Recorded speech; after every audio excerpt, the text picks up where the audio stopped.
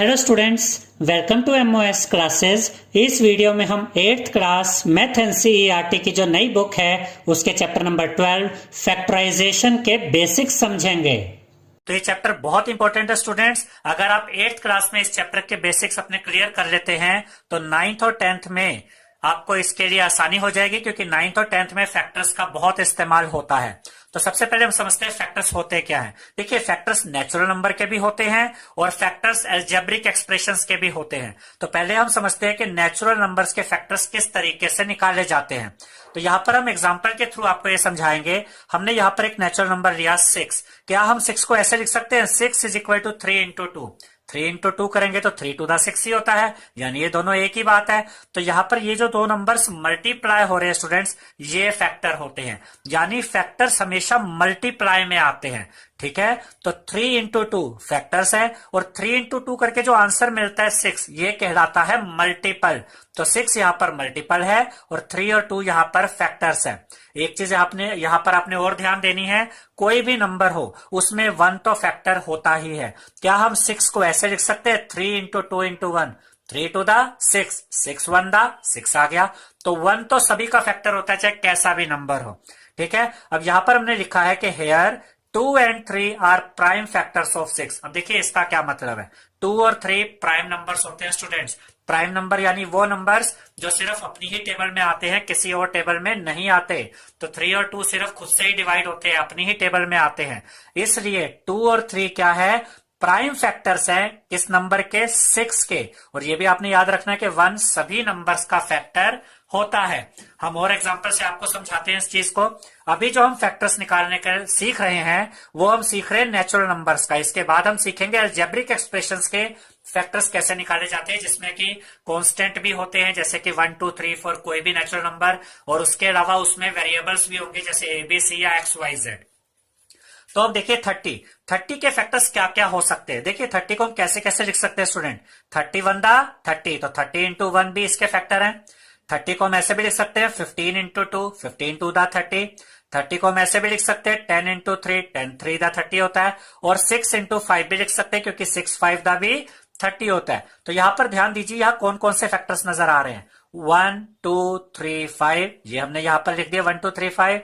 6 10 15 30, 6 10 15 and 30, ये 1 2 3 4 5 6 7 8 factors हमें मिल गए किसके, 30 के।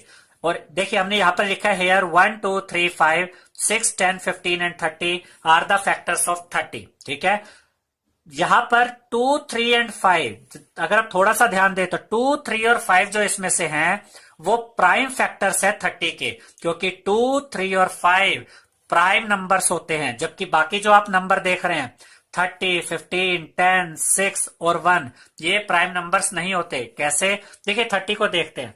30 खुद से तो डिवाइड होता है ये 30 से, लेकिन ये 2 से भी डिवाइड होता है, ये 3 से भी डिवाइड होता है। आप 2 से भी इसको काट सकते हैं, आप 3 से भी इसको काट सकते हैं, 5 से भी काट सकते हैं। तो 30 प्राइम नंबर नहीं है।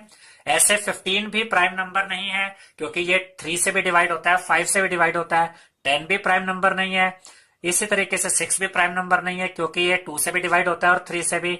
और 1 को तो प्राइम नंबर माना ही नहीं जाता। ठीक है, तो यहां पर 1 2 3 5 6 10 15 एंड 30, ये तो फैक्टर्स है 30 के।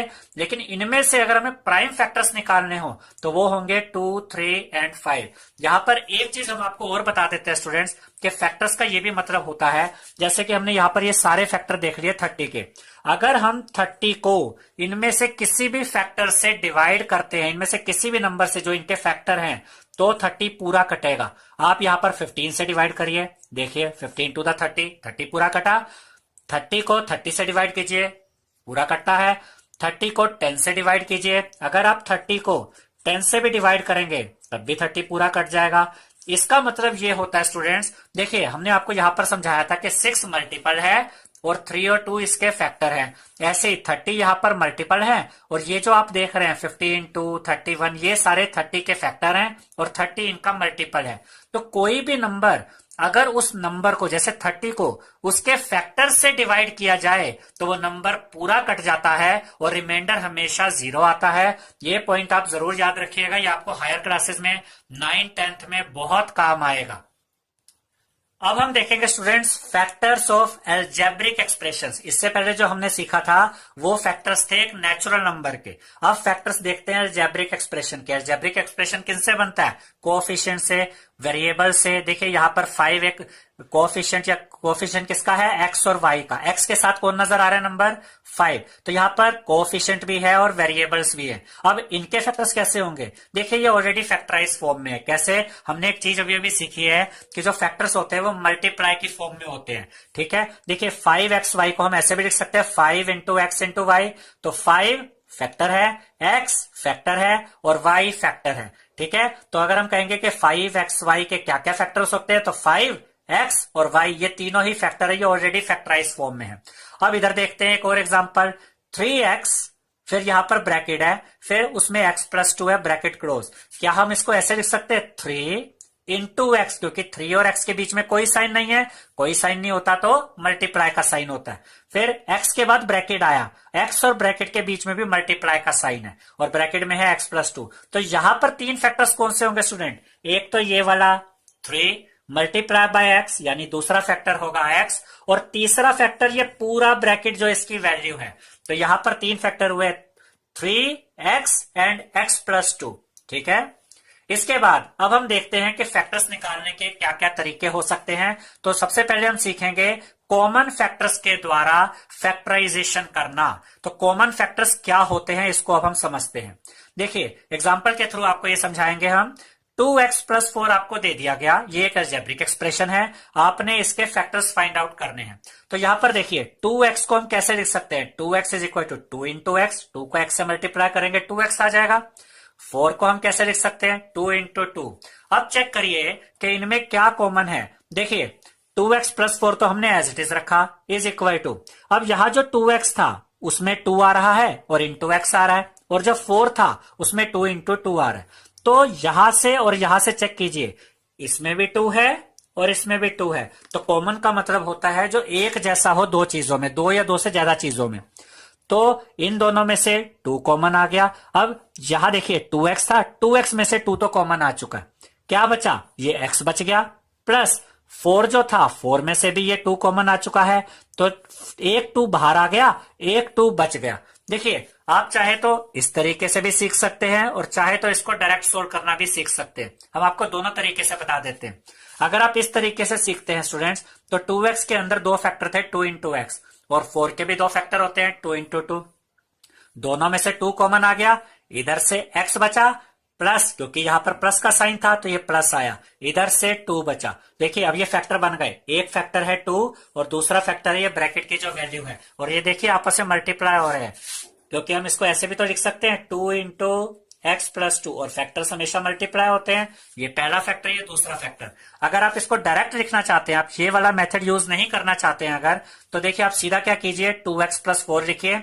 अब आप ये चेक कीजिए कि ये दोनों किस टेबल में कॉमन आ रहे हैं। देखिए 2 1 2, 2 2 4, ये दोनों 2 के टेबल में आ रहे हैं, तो 2 कॉमन ले लीजिए, 2 कॉमन आ गया। अब आप क्या करेंगे, अब आप ब्रैकेट में ऐसी वैल्यूज रखेंगे जिनको मल्टीप्लाई करके वापस यही चीज आ जाए। देखिए 2x में से 2 तो कॉमन आ चुका है, बचा क्या? x। अब देखिए अगर आप 2 को x से मल्टीप्लाई करेंगे तो क्या आ जाएगा? वापस 2x ही तो आता है, इसका मतलब ये बिल्कुल सही जा रहा है। फिर उसके बाद ये प्लस का साइन। अब 4 में से 2 कॉमन आ गया, तो अब बचेगा क्या?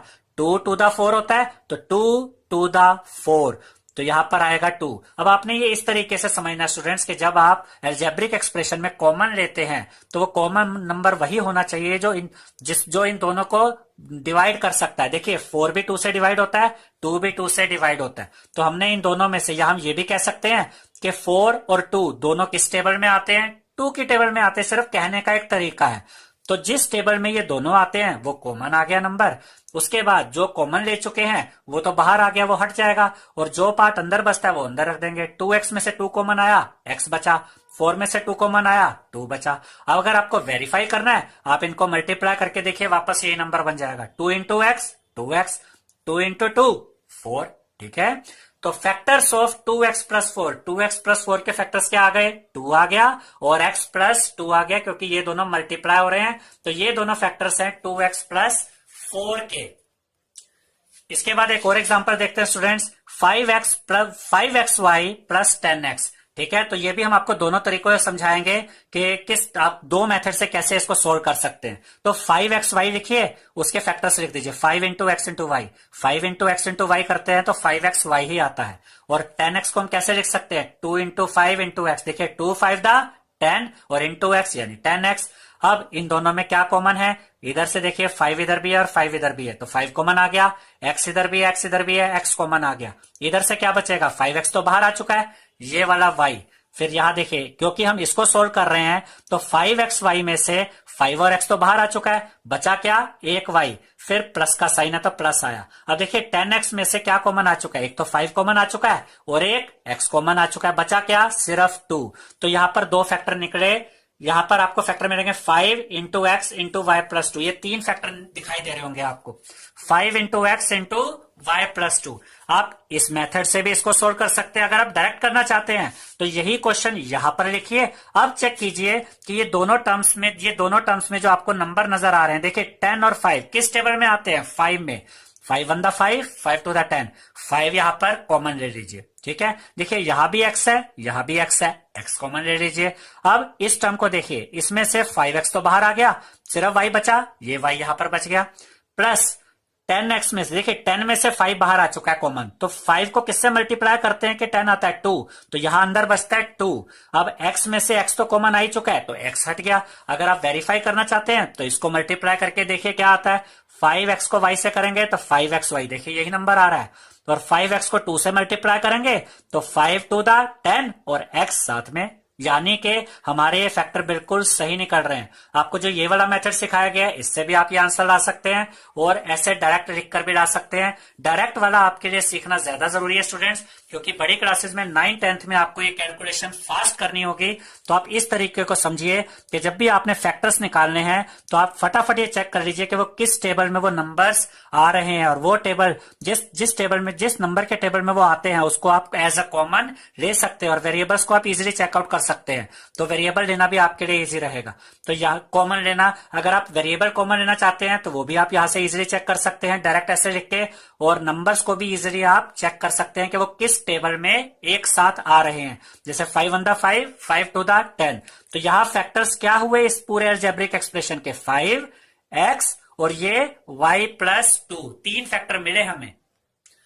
अब भाई एक और एग्जांपल देखते हैं। हम आपको एग्जांपल्स इसलिए बता रहे हैं स्टूडेंट्स कि आप जब ये एक्सरसाइज करेंगे तो आपको कोई दिक्कत नहीं आएगी। और सबसे मेन चीज जो है कि ये इसलिए जरूरी है सीखना क्योंकि 9th और 10th में जब आप ये चैप्टर कर रहे होंगे फैक्टराइजेशन वाले, तो वहां पर आपको बहुत इजी हो जाएगा। तो देखिए 12a² प्लस 15ab², हमें इसको क्या करना है, फैक्टराइज। तो ये भी हम आपको दो मेथड से सिखाएंगे। ठीक है, तो यहां पर सबसे पहला टर्म लीजिए 12a²b, इसको हम कैसे लिख सकते हैं, 2 इंटू 2 इंटू 3, 2 टू द 4, 4 3 द 12। ठीक है, और a स्क्वायर को कैसे लिख सकते हैं, a इंटू ए क्या होता है, a², और b यहां पर आ गया। ऐसे ही 15ab² लिया, यहां 15 को लिख सकते हैं 3 इंटू 5, a को a लिखेंगे और b² यानी कि b इंटू b। तो ये आपको फैक्टर मिल गए इस टर्म के, ये फैक्टर मिल गए इसके।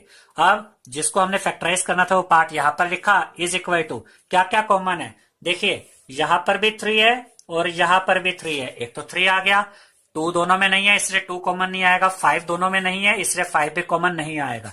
अब देखिए यहां पर a एक बार है, यहां पर a है तो 2 बार, लेकिन हमें तो कॉमन लेना है। कॉमन का मतलब अब मैं 2 बार a यहां कॉमन नहीं ले सकता हूं, क्यों, क्योंकि यहां पर एक ही बार a है तो एक ही बार कॉमन आएगा, ये a कॉमन आ गया। अब देखिए इसमें भी एक बार है, इसमें भी 2 बार है, तो एक बार कॉमन लिया जा सकता है। तो यहां से 3a और b कॉमन आ गए। तो यहां से देखिए, ध्यान से देखिएगा, इनमें से क्या बचा, ये किसके फैक्टर थे, इस पार्ट के। तो इसमें से 2 2 ये कॉमन, ये वापस बच गए क्योंकि ये तो कॉमन आ चुका है, 2 और 2 कॉमन नहीं आए, वो यहां आ गए, इनटू एक ए भी बचा। इस टर्म में से ये बच गया, फिर यहाँ प्लस का साइन है, ये प्लस का साइन आया, यहां से क्या बचा, एक तो 5 बचा, इनटू एक बी बचा। देखिए 3ab तो कॉमन आया हुआ है, बाहर है, 2 टू द 4, 4 into a 4a, plus 5 into b 5b, ये हमारे फैक्टर्स आ गए 3ab और ये पूरा जो ब्रैकेट है। ठीक है, अगर आप कभी वेरीफाई करना चाहे तो इनको मल्टीप्लाई कीजिए, आपको वापस यही आंसर मिल जाएगा। 3ab को 4a से मल्टीप्लाई करेंगे तो देखिए क्या आता है, 3 4 द 12, a को a से करेंगे a² और b तो सिंगल था एज इट इज। अब देखिए ये इससे मल्टीप्लाई होगा, ये दोनों पॉजिटिव हैं तो प्लस का साइन, 3 5 दा 15, ए अकेला है तो ए एज इट इज, और बी इंटू बी स्क्वायर। तो कभी भी आप वेरीफाई करना चाहें कि हमारे फैक्टर्स सही आए हैं या नहीं, आप इनको मल्टीप्लाई कर सकते हैं फैक्टर्स को, आपको वापस वही आंसर मिल जाएगा जो आपने सोल्व किया था। ये तो हो गया वो मेथड जो कि 8th क्लास में आपको सिखाया जाता है। अब हम आपको वो तरीका बता रहे हैं जिससे आपकी स्पीड फास्ट हो जाएगी और बड़ी क्लासेस में भी आपको हेल्प रहेगी। आप क्या करेंगे, सबसे पहले क्वेश्चन एज इट इज उतार लीजिए, ठीक है। देखिए यहां पर हमने ये question 12a² b plus 15ab square को एज इट इज लिख लिया। अब देखिए 15 और 12 किस टेबल में आते हैं, देखिए स्टूडेंट्स ये दोनों 3 के टेबल में आते हैं। कैसे, 3 4 द 12, 3 5 द 15। तो सबसे पहले तो 3 कॉमन ले लीजिए। अब यहाँ a स्क्वायर है और यहाँ a है, तो इनमें से a कॉमन लिया जा सकता है क्योंकि a इधर कितनी बार है, 2 बार, और इधर कितनी बार है, 1 बार। तो 1 बार तो कम से कम दोनों में है, इसलिए a कॉमन आ गया। ऐसे ही इधर b 1 बार है और इधर b 2 बार है, तो 1 बार तो दोनों में कॉमन है, तो 1 बार b भी लिया जा सकता है। अब क्या बचेगा, देखिये 12 में से 3 तो कॉमन आ गया, ठीक है। तो 3 4 दा क्या होता है 12, तो यहां पर 4 आ गया। ए स्क्वायर यानी 2 बार ए था, ए के बाहर आ गया तो ए के बचा, बी ए की था वो तो बाहर आ चुका है, खत्म हो गया। फिर प्लस का साइन, 15 में से 3 कॉमन आया तो 3 5 द 15, यहां पर 5 लिखेंगे आप।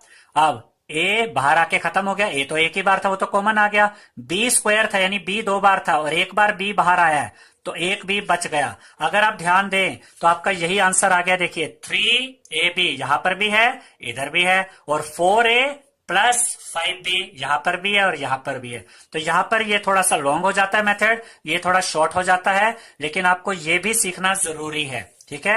एक एग्जांपल इसका और देखते हैं स्टूडेंट्स कि कॉमन लेकर किस तरीके से हम फैक्टराइज करेंगे, ये भी हम आपको 2 मेथड से ही सिखाएंगे।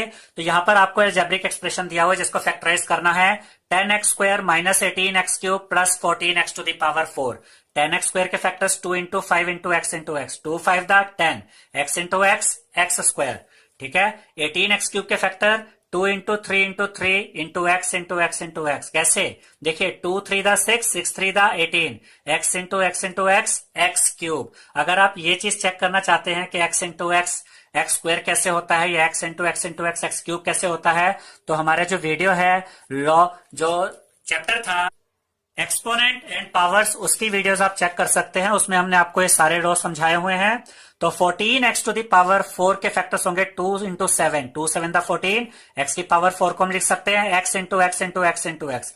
अब देखिए इन तीनों में क्या कॉमन है देखना पड़ेगा। ये क्वेश्चन हमने एज इट इज उतार लिया, इधर इज इक्वल टू, देखिए 2 तीनों में है, यहां पर भी यहां पर भी यहां पर भी। कॉमन का मतलब जो सब में कॉमन है, तो 2 कॉमन लिया जा सकता है, 5 तीनों में नहीं है, कॉमन नहीं आएगा, 3 भी तीनों में नहीं है, कॉमन नहीं आएगा, 7 भी तीनों में नहीं है, कॉमन नहीं आएगा।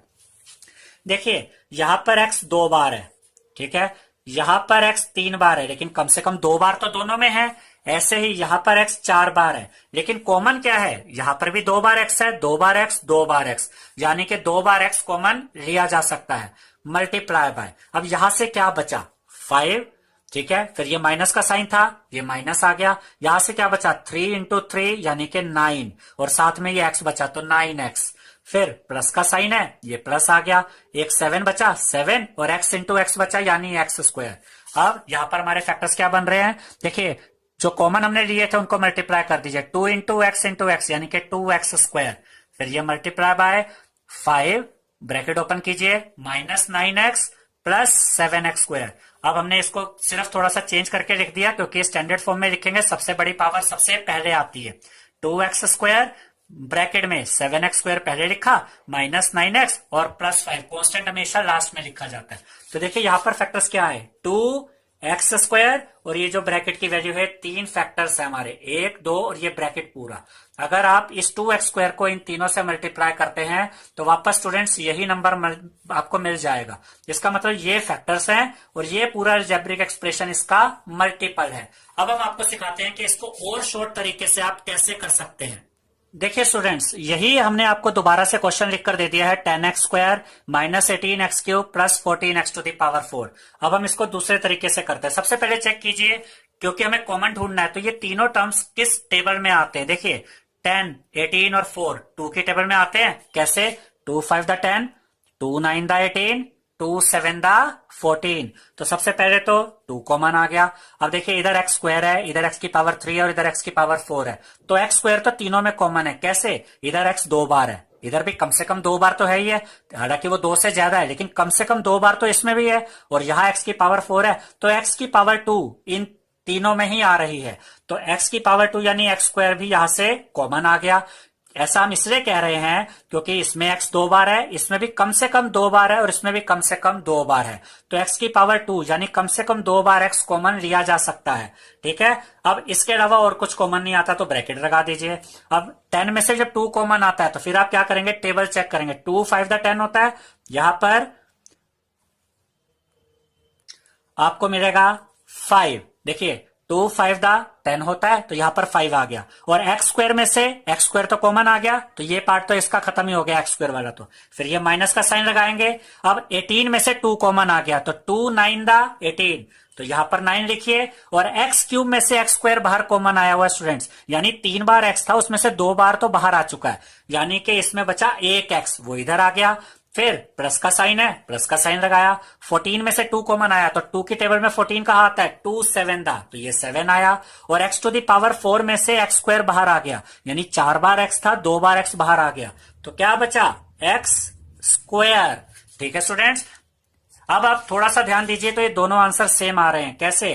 देखिए 2x स्क्वायर ये हम पहले लिख देते हैं, 7x स्क्वायर स्टैंडर्ड फॉर्म के हिसाब से सबसे बड़ी पावर पहले, फिर उससे छोटी पावर और जो कांस्टेंट है बाद में। देखिए ये एक लॉन्ग मेथड है, इसको समझने के लिए आपको सारे स्टेप समझने पड़ते हैं। आप इस तरीके से भी कर सकते हैं और आप इस मेथड से भी कर सकते हैं, जो जल्दी सॉल्व हो जाता है। इसमें आपने बस ये चेक करना है कि जो टर्म्स है जिनमें से कॉमन लिया जाएगा वो किस टेबल में आ रहे हैं। वो टेबल जिसमें वो कॉमन है, जो सभी को डिवाइड कर रही है, वो कॉमन ले लीजिए और वेरिएबल्स को चेक कर लीजिए कि सभी में कौन सा कॉमन है।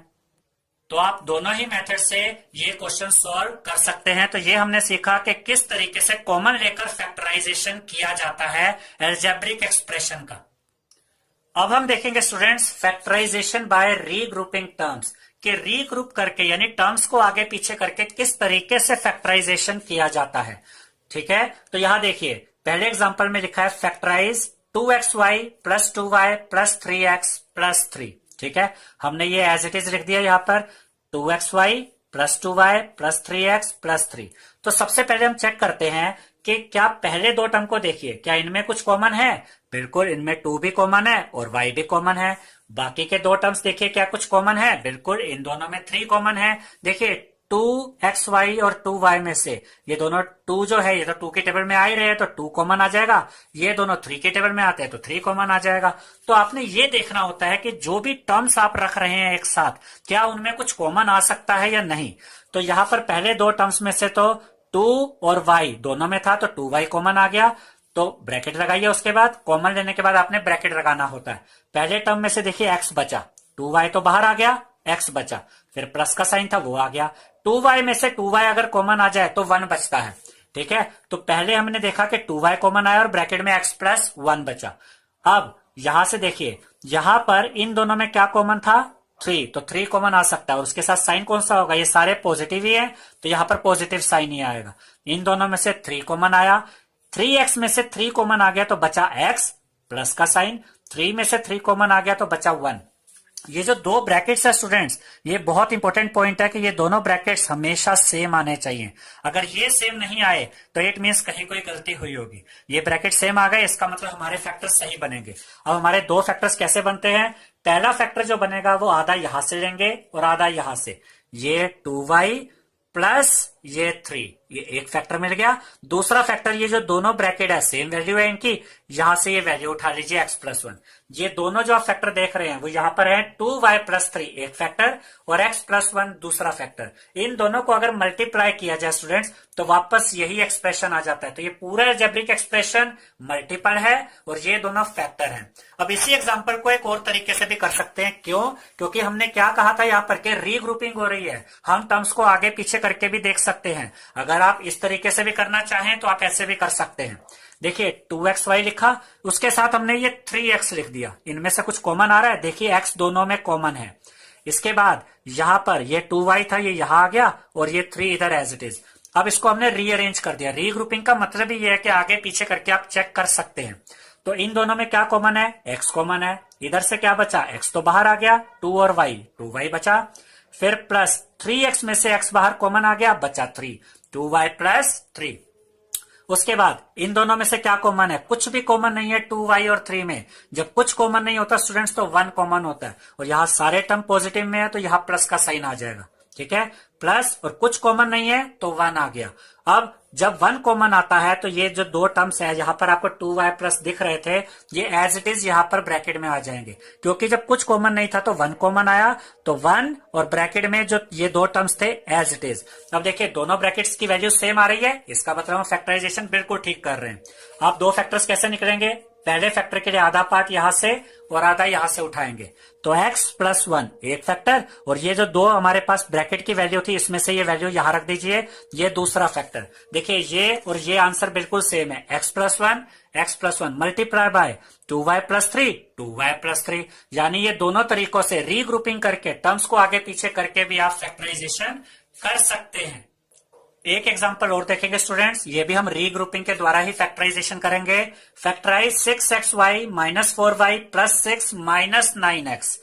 तो हमने एक बार तो इसको एज इट इज रख दिया, 6xy माइनस 4y। देखिए यहां पर हमने ये जो वेरिएबल वाला पार्ट था उसको पहले कर दिया है और कांस्टेंट को एंड में रख दिया है। कांस्टेंट नॉर्मली अलजेब्रिक एक्सप्रेशन में एंड में ही रखा जाता है, तो क्योंकि रीग्रुपिंग है तो हम ऐसा कर सकते हैं।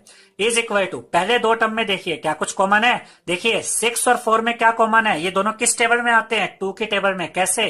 2 3 द 6, 2 2 द 4, तो एक तो 2 कॉमन आ गया, और दोनों में क्या कॉमन है? y दोनों में है तो y भी कॉमन आ गया। फिर ब्रैकेट लगाएंगे, कॉमन लेने के बाद ब्रैकेट लगाते हैं। अब इस टर्म को देखिए, 6xy में से 2y बाहर आ गया, 2 3 दा क्या होता है? 6, तो अंदर लिखेंगे 3। देखिए 2 3 दा 6, तो यहां 3 आया, और 6xy में से y तो कॉमन आया था लेकिन x कॉमन नहीं आया था, तो x यहां एज इट इज। फिर माइनस का साइन, ये माइनस का साइन आया।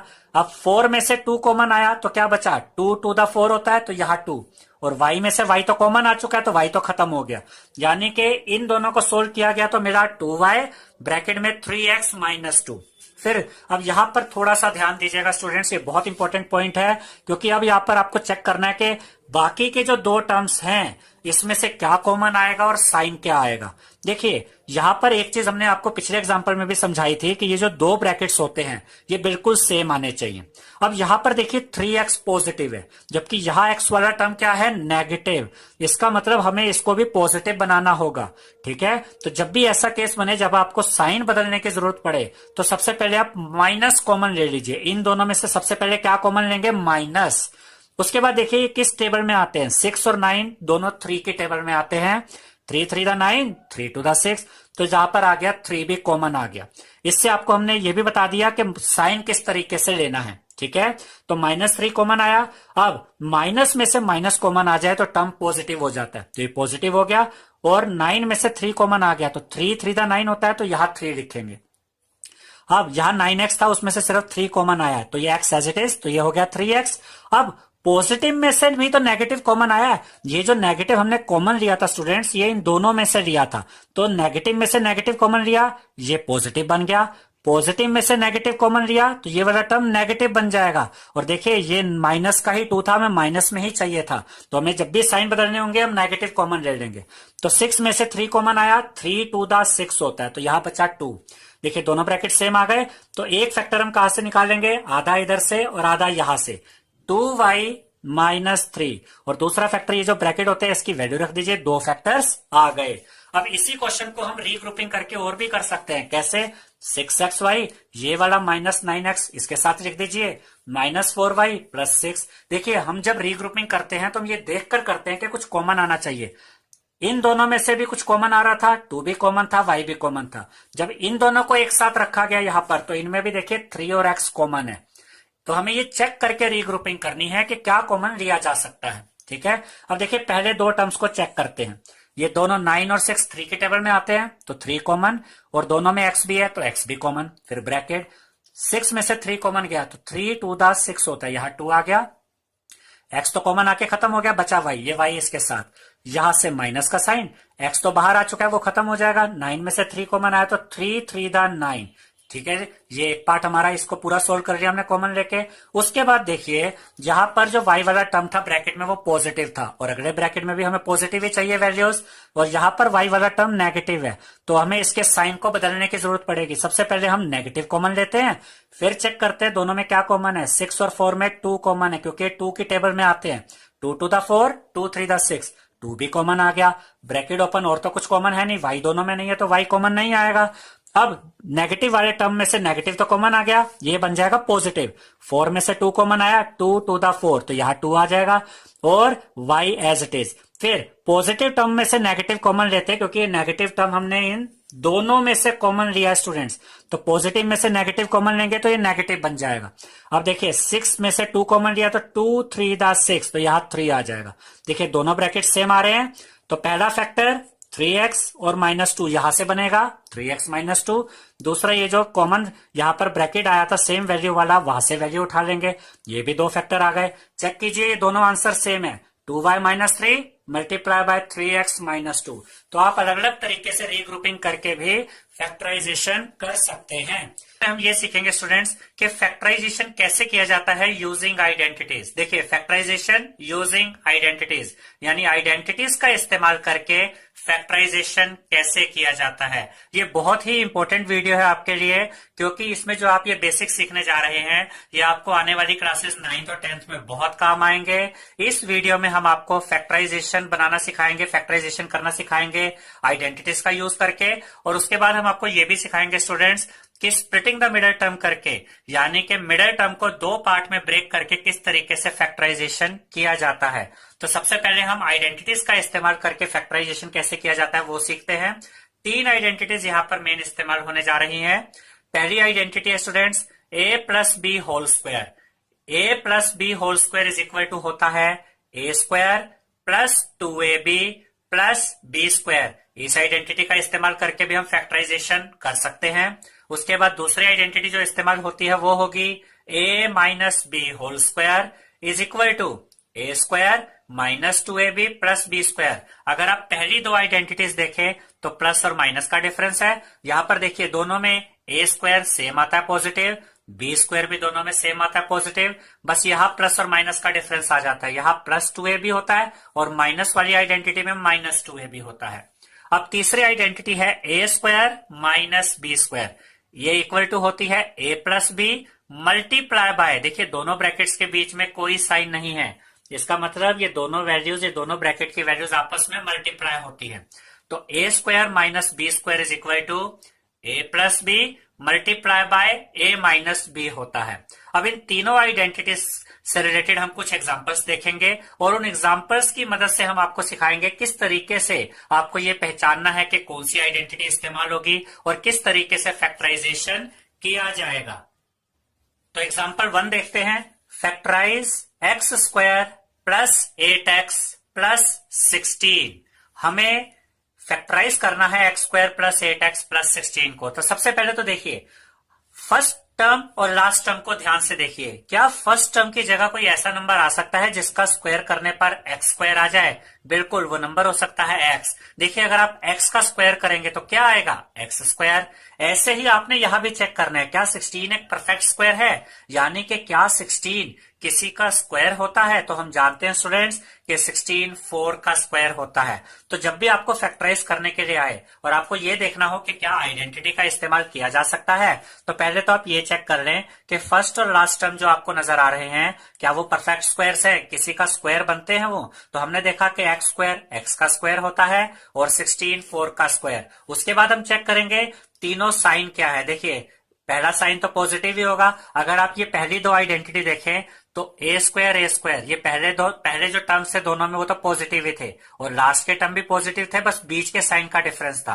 तो हम ये देखते हैं कि जो बीच का टर्म है उसका साइन क्या है। बीच का टर्म क्या है? पॉजिटिव। इसका मतलब यहाँ a plus B whole square की आइडेंटिटी का इस्तेमाल किया जाएगा।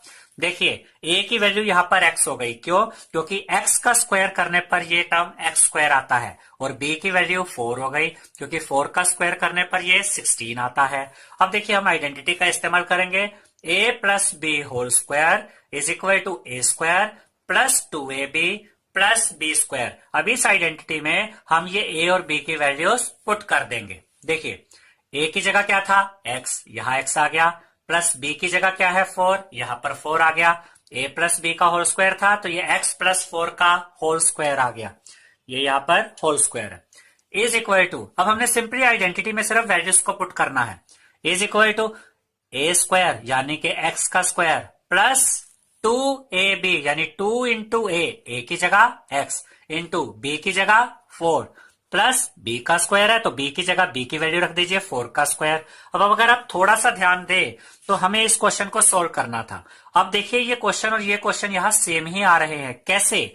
आप इस आइडेंटिटी की लेफ्ट हैंड साइड और राइट हैंड साइड को अब जरा कंपेयर कीजिए इस क्वेश्चन के साथ। एक्स का स्क्वायर सोल्व कीजिए, क्या आता है x square, plus 2 into x into 4 कीजिए, 2 4 द 8, 8 इंटू एक्स देखिए 8x ही आ रहा है, प्लस 4 का स्क्वायर कीजिए 16, यानी कि यही क्वेश्चन यहां पर सोल्व हो रहा है। अब राइट हैंड साइड किसके इक्वल है? ये लेफ्ट हैंड साइड के। ये क्या है? ये हमारा क्वेश्चन ही है जिसे फैक्टराइज करना था, ये यही से तो आया। अब देखिए ये पूरी साइड इस पूरी साइड के इक्वल है। अब ये वाला जो पार्ट है हम इसको यहां पर लिख लेते हैं क्योंकि यही हमारा फैक्टराइजेशन वाला पार्ट है। क्योंकि हमारा क्वेश्चन जो ये था x square plus 8x plus 16 वो इक्वल आ गया है x प्लस 4 होल स्क्वायर के। हमने लिखा x प्लस 4 का होल स्क्वायर। आप चाहें तो अपना आंसर यहां पर भी छोड़ सकते हैं, बिल्कुल सही आंसर है। लेकिन अगर आप चाहें तो आंसर को ऐसे भी लिख सकते हैं। देखिए अगर हम आपको कहे कि 2 का स्क्वायर क्या होता है तो 2 का स्क्वायर होता है स्टूडेंट्स 2 इंटू 2, यानी कि किसी भी चीज का स्क्वायर होगा तो वो खुद से ही मल्टीप्लाई हो जाएगा 2 बार। तो यहां पर x प्लस 4 का होल स्क्वायर है तो x प्लस 4 का होल स्क्वायर को हम क्या लिख सकते हैं? x plus 4 multiply by x plus 4। और फैक्टर्स क्या होते हैं? फैक्टर्स आपस में मल्टीप्लाई तो होते हैं, यहां पर भी दोनों फैक्टर्स आपस में क्या हो रहे हैं? मल्टीप्लाई हो रहे हैं। तो हमारा जो क्वेश्चन था x square plus 8x plus 16 उसके यहाँ फैक्टर्स बन गए x plus 4 multiply by x plus 4। Second example देखेंगे अब, factorise 4y square minus 12y plus 9। अब देखिए यहां पर सबसे पहले आप चेक कीजिए फर्स्ट और लास्ट टर्म क्या परफेक्ट स्क्वायर बनते हैं। क्या कोई ऐसा नंबर आपको मिल सकता है स्टूडेंट्स जिसका स्क्वायर करने पे 4y स्क्वायर आए? बिल्कुल, देखिए 4 परफेक्ट स्क्वायर होता है 2 का, तो 4 की जगह तो 2 होगा, 2 का स्क्वायर करोगे तो क्या आ जाएगा? 4 आ जाएगा। y स्क्वायर की जगह अगर हम y रख दें तो y का स्क्वायर क्या होता है? y का स्क्वायर y स्क्वायर होता है, यानी 4y की स्क्वायर की जगह क्या रखा जा सकता है? 2y। ऐसे लास्ट टर्म को देखिए 9, 9 किसका परफेक्ट स्क्वायर होगा? 3 का, तो हम b की जगह यहां 3 यूज करते हैं, 3 का स्क्वायर करेंगे 9। अब बीच का टर्म देखिए क्या है? नेगेटिव। यहां से हमें पता चल जाता है यहां पर आइडेंटिटी इस्तेमाल होगी a minus B whole square is equal to A square minus 2ab plus B square. ये आइडेंटिटी हम तब इस्तेमाल करेंगे जब फर्स्ट टर्म का भी स्क्वायर जब फर्स्ट टर्म की जगह कोई ऐसा नंबर रखा जा सकता है जिसका स्क्वायर किया जा सके और लास्ट टर्म की जगह भी कोई ऐसा नंबर रखा जा सकता है जिसका स्क्वायर करने पे यही नंबर आ जाए, तब हम ये आइडेंटिटी इस्तेमाल करेंगे। बीच के माइनस साइन ने हमें बताया कि a माइनस बी का होल स्क्वायर की आइडेंटिटी यूज होगी। अगर यहाँ प्लस होता तो a plus B whole square की आइडेंटिटी रखती। अब a की जगह यहाँ 2y है, इसका स्क्वायर करने पे ये टर्म आता है, b की जगह 3 है, इसका स्क्वायर करने पे ये टर्म आता है। इस आइडेंटिटी में a और b की वैल्यू पुट कर देंगे। a की जगह 2y माइनस b की जगह हमने क्या रखा? ये वाली वैल्यू 3, a माइनस b की जगह वैल्यूज और उसका होल स्क्वायर था वो एज इट इज है, is equal to A square, a की वैल्यू रखिए 2y का होल स्क्वायर आ जाएगा माइनस 2ab माइनस 2 इंटू ए की वैल्यू 2y इंटू बी की वैल्यू 3 प्लस बी स्क्वायर यानी कि प्लस बी की वैल्यू और उसका भी स्क्वायर। अब ये वाला जो हमारा क्वेश्चन था इसी को तो फैक्टराइज करना था। ये वाला क्वेश्चन और ये वाली राइट हैंड साइड बिल्कुल मैच कर रही है। देखिए 2y का होल स्क्वायर कीजिए, 2 का स्क्वायर 4, y का स्क्वायर y स्क्वायर माइनस यहां भी माइनस है, 2 टू द 4, 4 3 द 12, देखिए यहां भी 12 है और साथ में y बिल्कुल सेम आ रहा है, प्लस 3 का स्क्वायर 9, यानी ये क्वेश्चन और ये वाली राइट हैंड साइड बिल्कुल इक्वल है। और ये राइट हैंड साइड किसके इक्वल है? इसके इक्वल है, यानी हमारा क्वेश्चन अब इसके इक्वल आ गया। हमारा आंसर में हम लिखेंगे 2y माइनस 3 का होल स्क्वायर, क्योंकि यही फैक्टराइजेशन फॉर्म है स्टूडेंट्स। देखिए इसको हम लिख सकते हैं 2y minus 3 multiply bye 2y minus 3, यानी कि ये दो फैक्टर्स हैं 4y square minus 12y plus 9 के। अब थर्ड एग्जांपल देखते हैं स्टूडेंट्स। थर्ड एग्जांपल है फैक्टराइज 49p स्क्वायर माइनस 36। देखिए अब देखिए यहाँ पर एक चीज तो क्लियर है कि यहाँ पर a plus B whole square की आइडेंटिटी भी नहीं लगेगी और a minus B whole square की आइडेंटिटी भी नहीं लगेगी। यहाँ पर दो ही टर्म्स काम कर रहे हैं और दो टर्म्स वाली यहाँ पर आइडेंटिटी रहती है a square minus B square is equal to a plus B A minus B. अब देखिए कैसे पता चलेगा कि ये आइडेंटिटी हमें यूज करनी है। क्या कोई ऐसा नंबर है जिसका स्क्वायर करने पे 49p स्क्वायर आ जाए? बिल्कुल, ये नंबर है 7p। 7 का स्क्वायर करेंगे तो 49 और p का स्क्वायर करेंगे तो p स्क्वायर, और 36 की जगह हम रख सकते हैं 6, क्योंकि 6 का स्क्वायर करने पे क्या आता है? 36।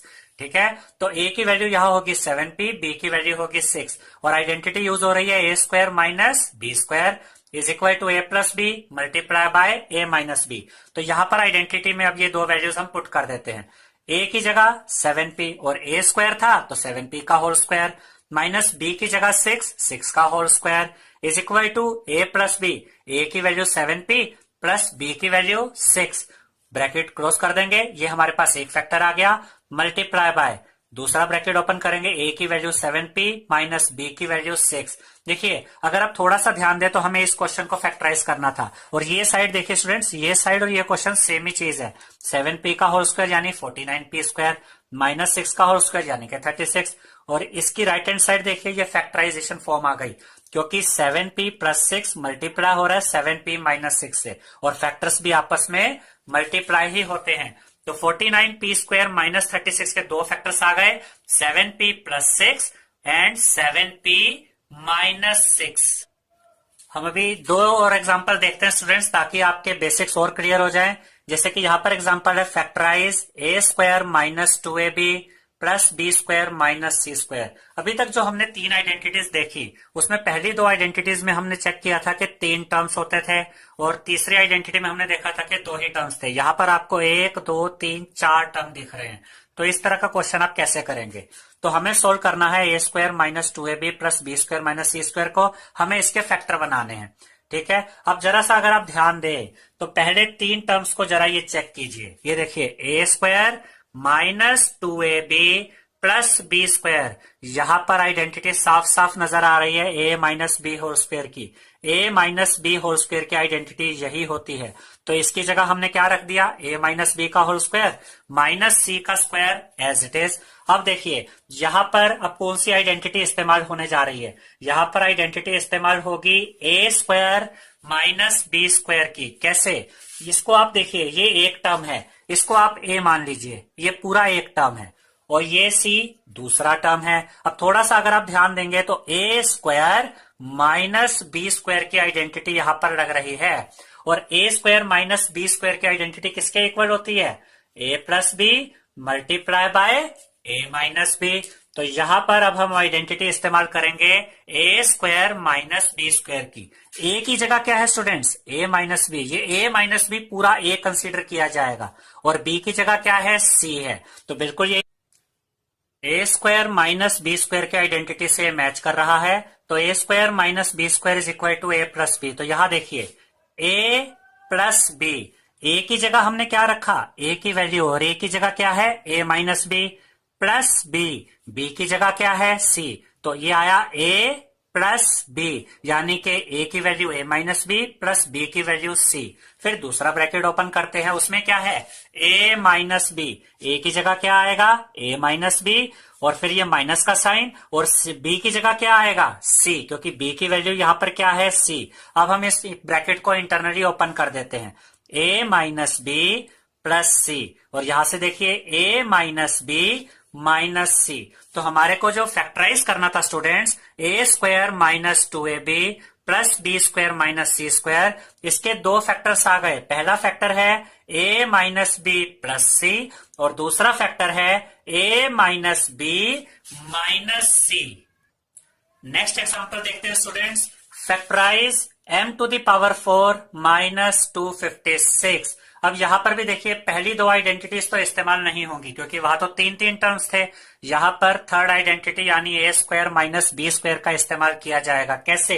देखिए, क्या m4 की जगह, m की पावर 4 की जगह कुछ ऐसा रखा जा सकता है जिसका स्क्वायर करने पे यही चीज आ जाए? बिल्कुल।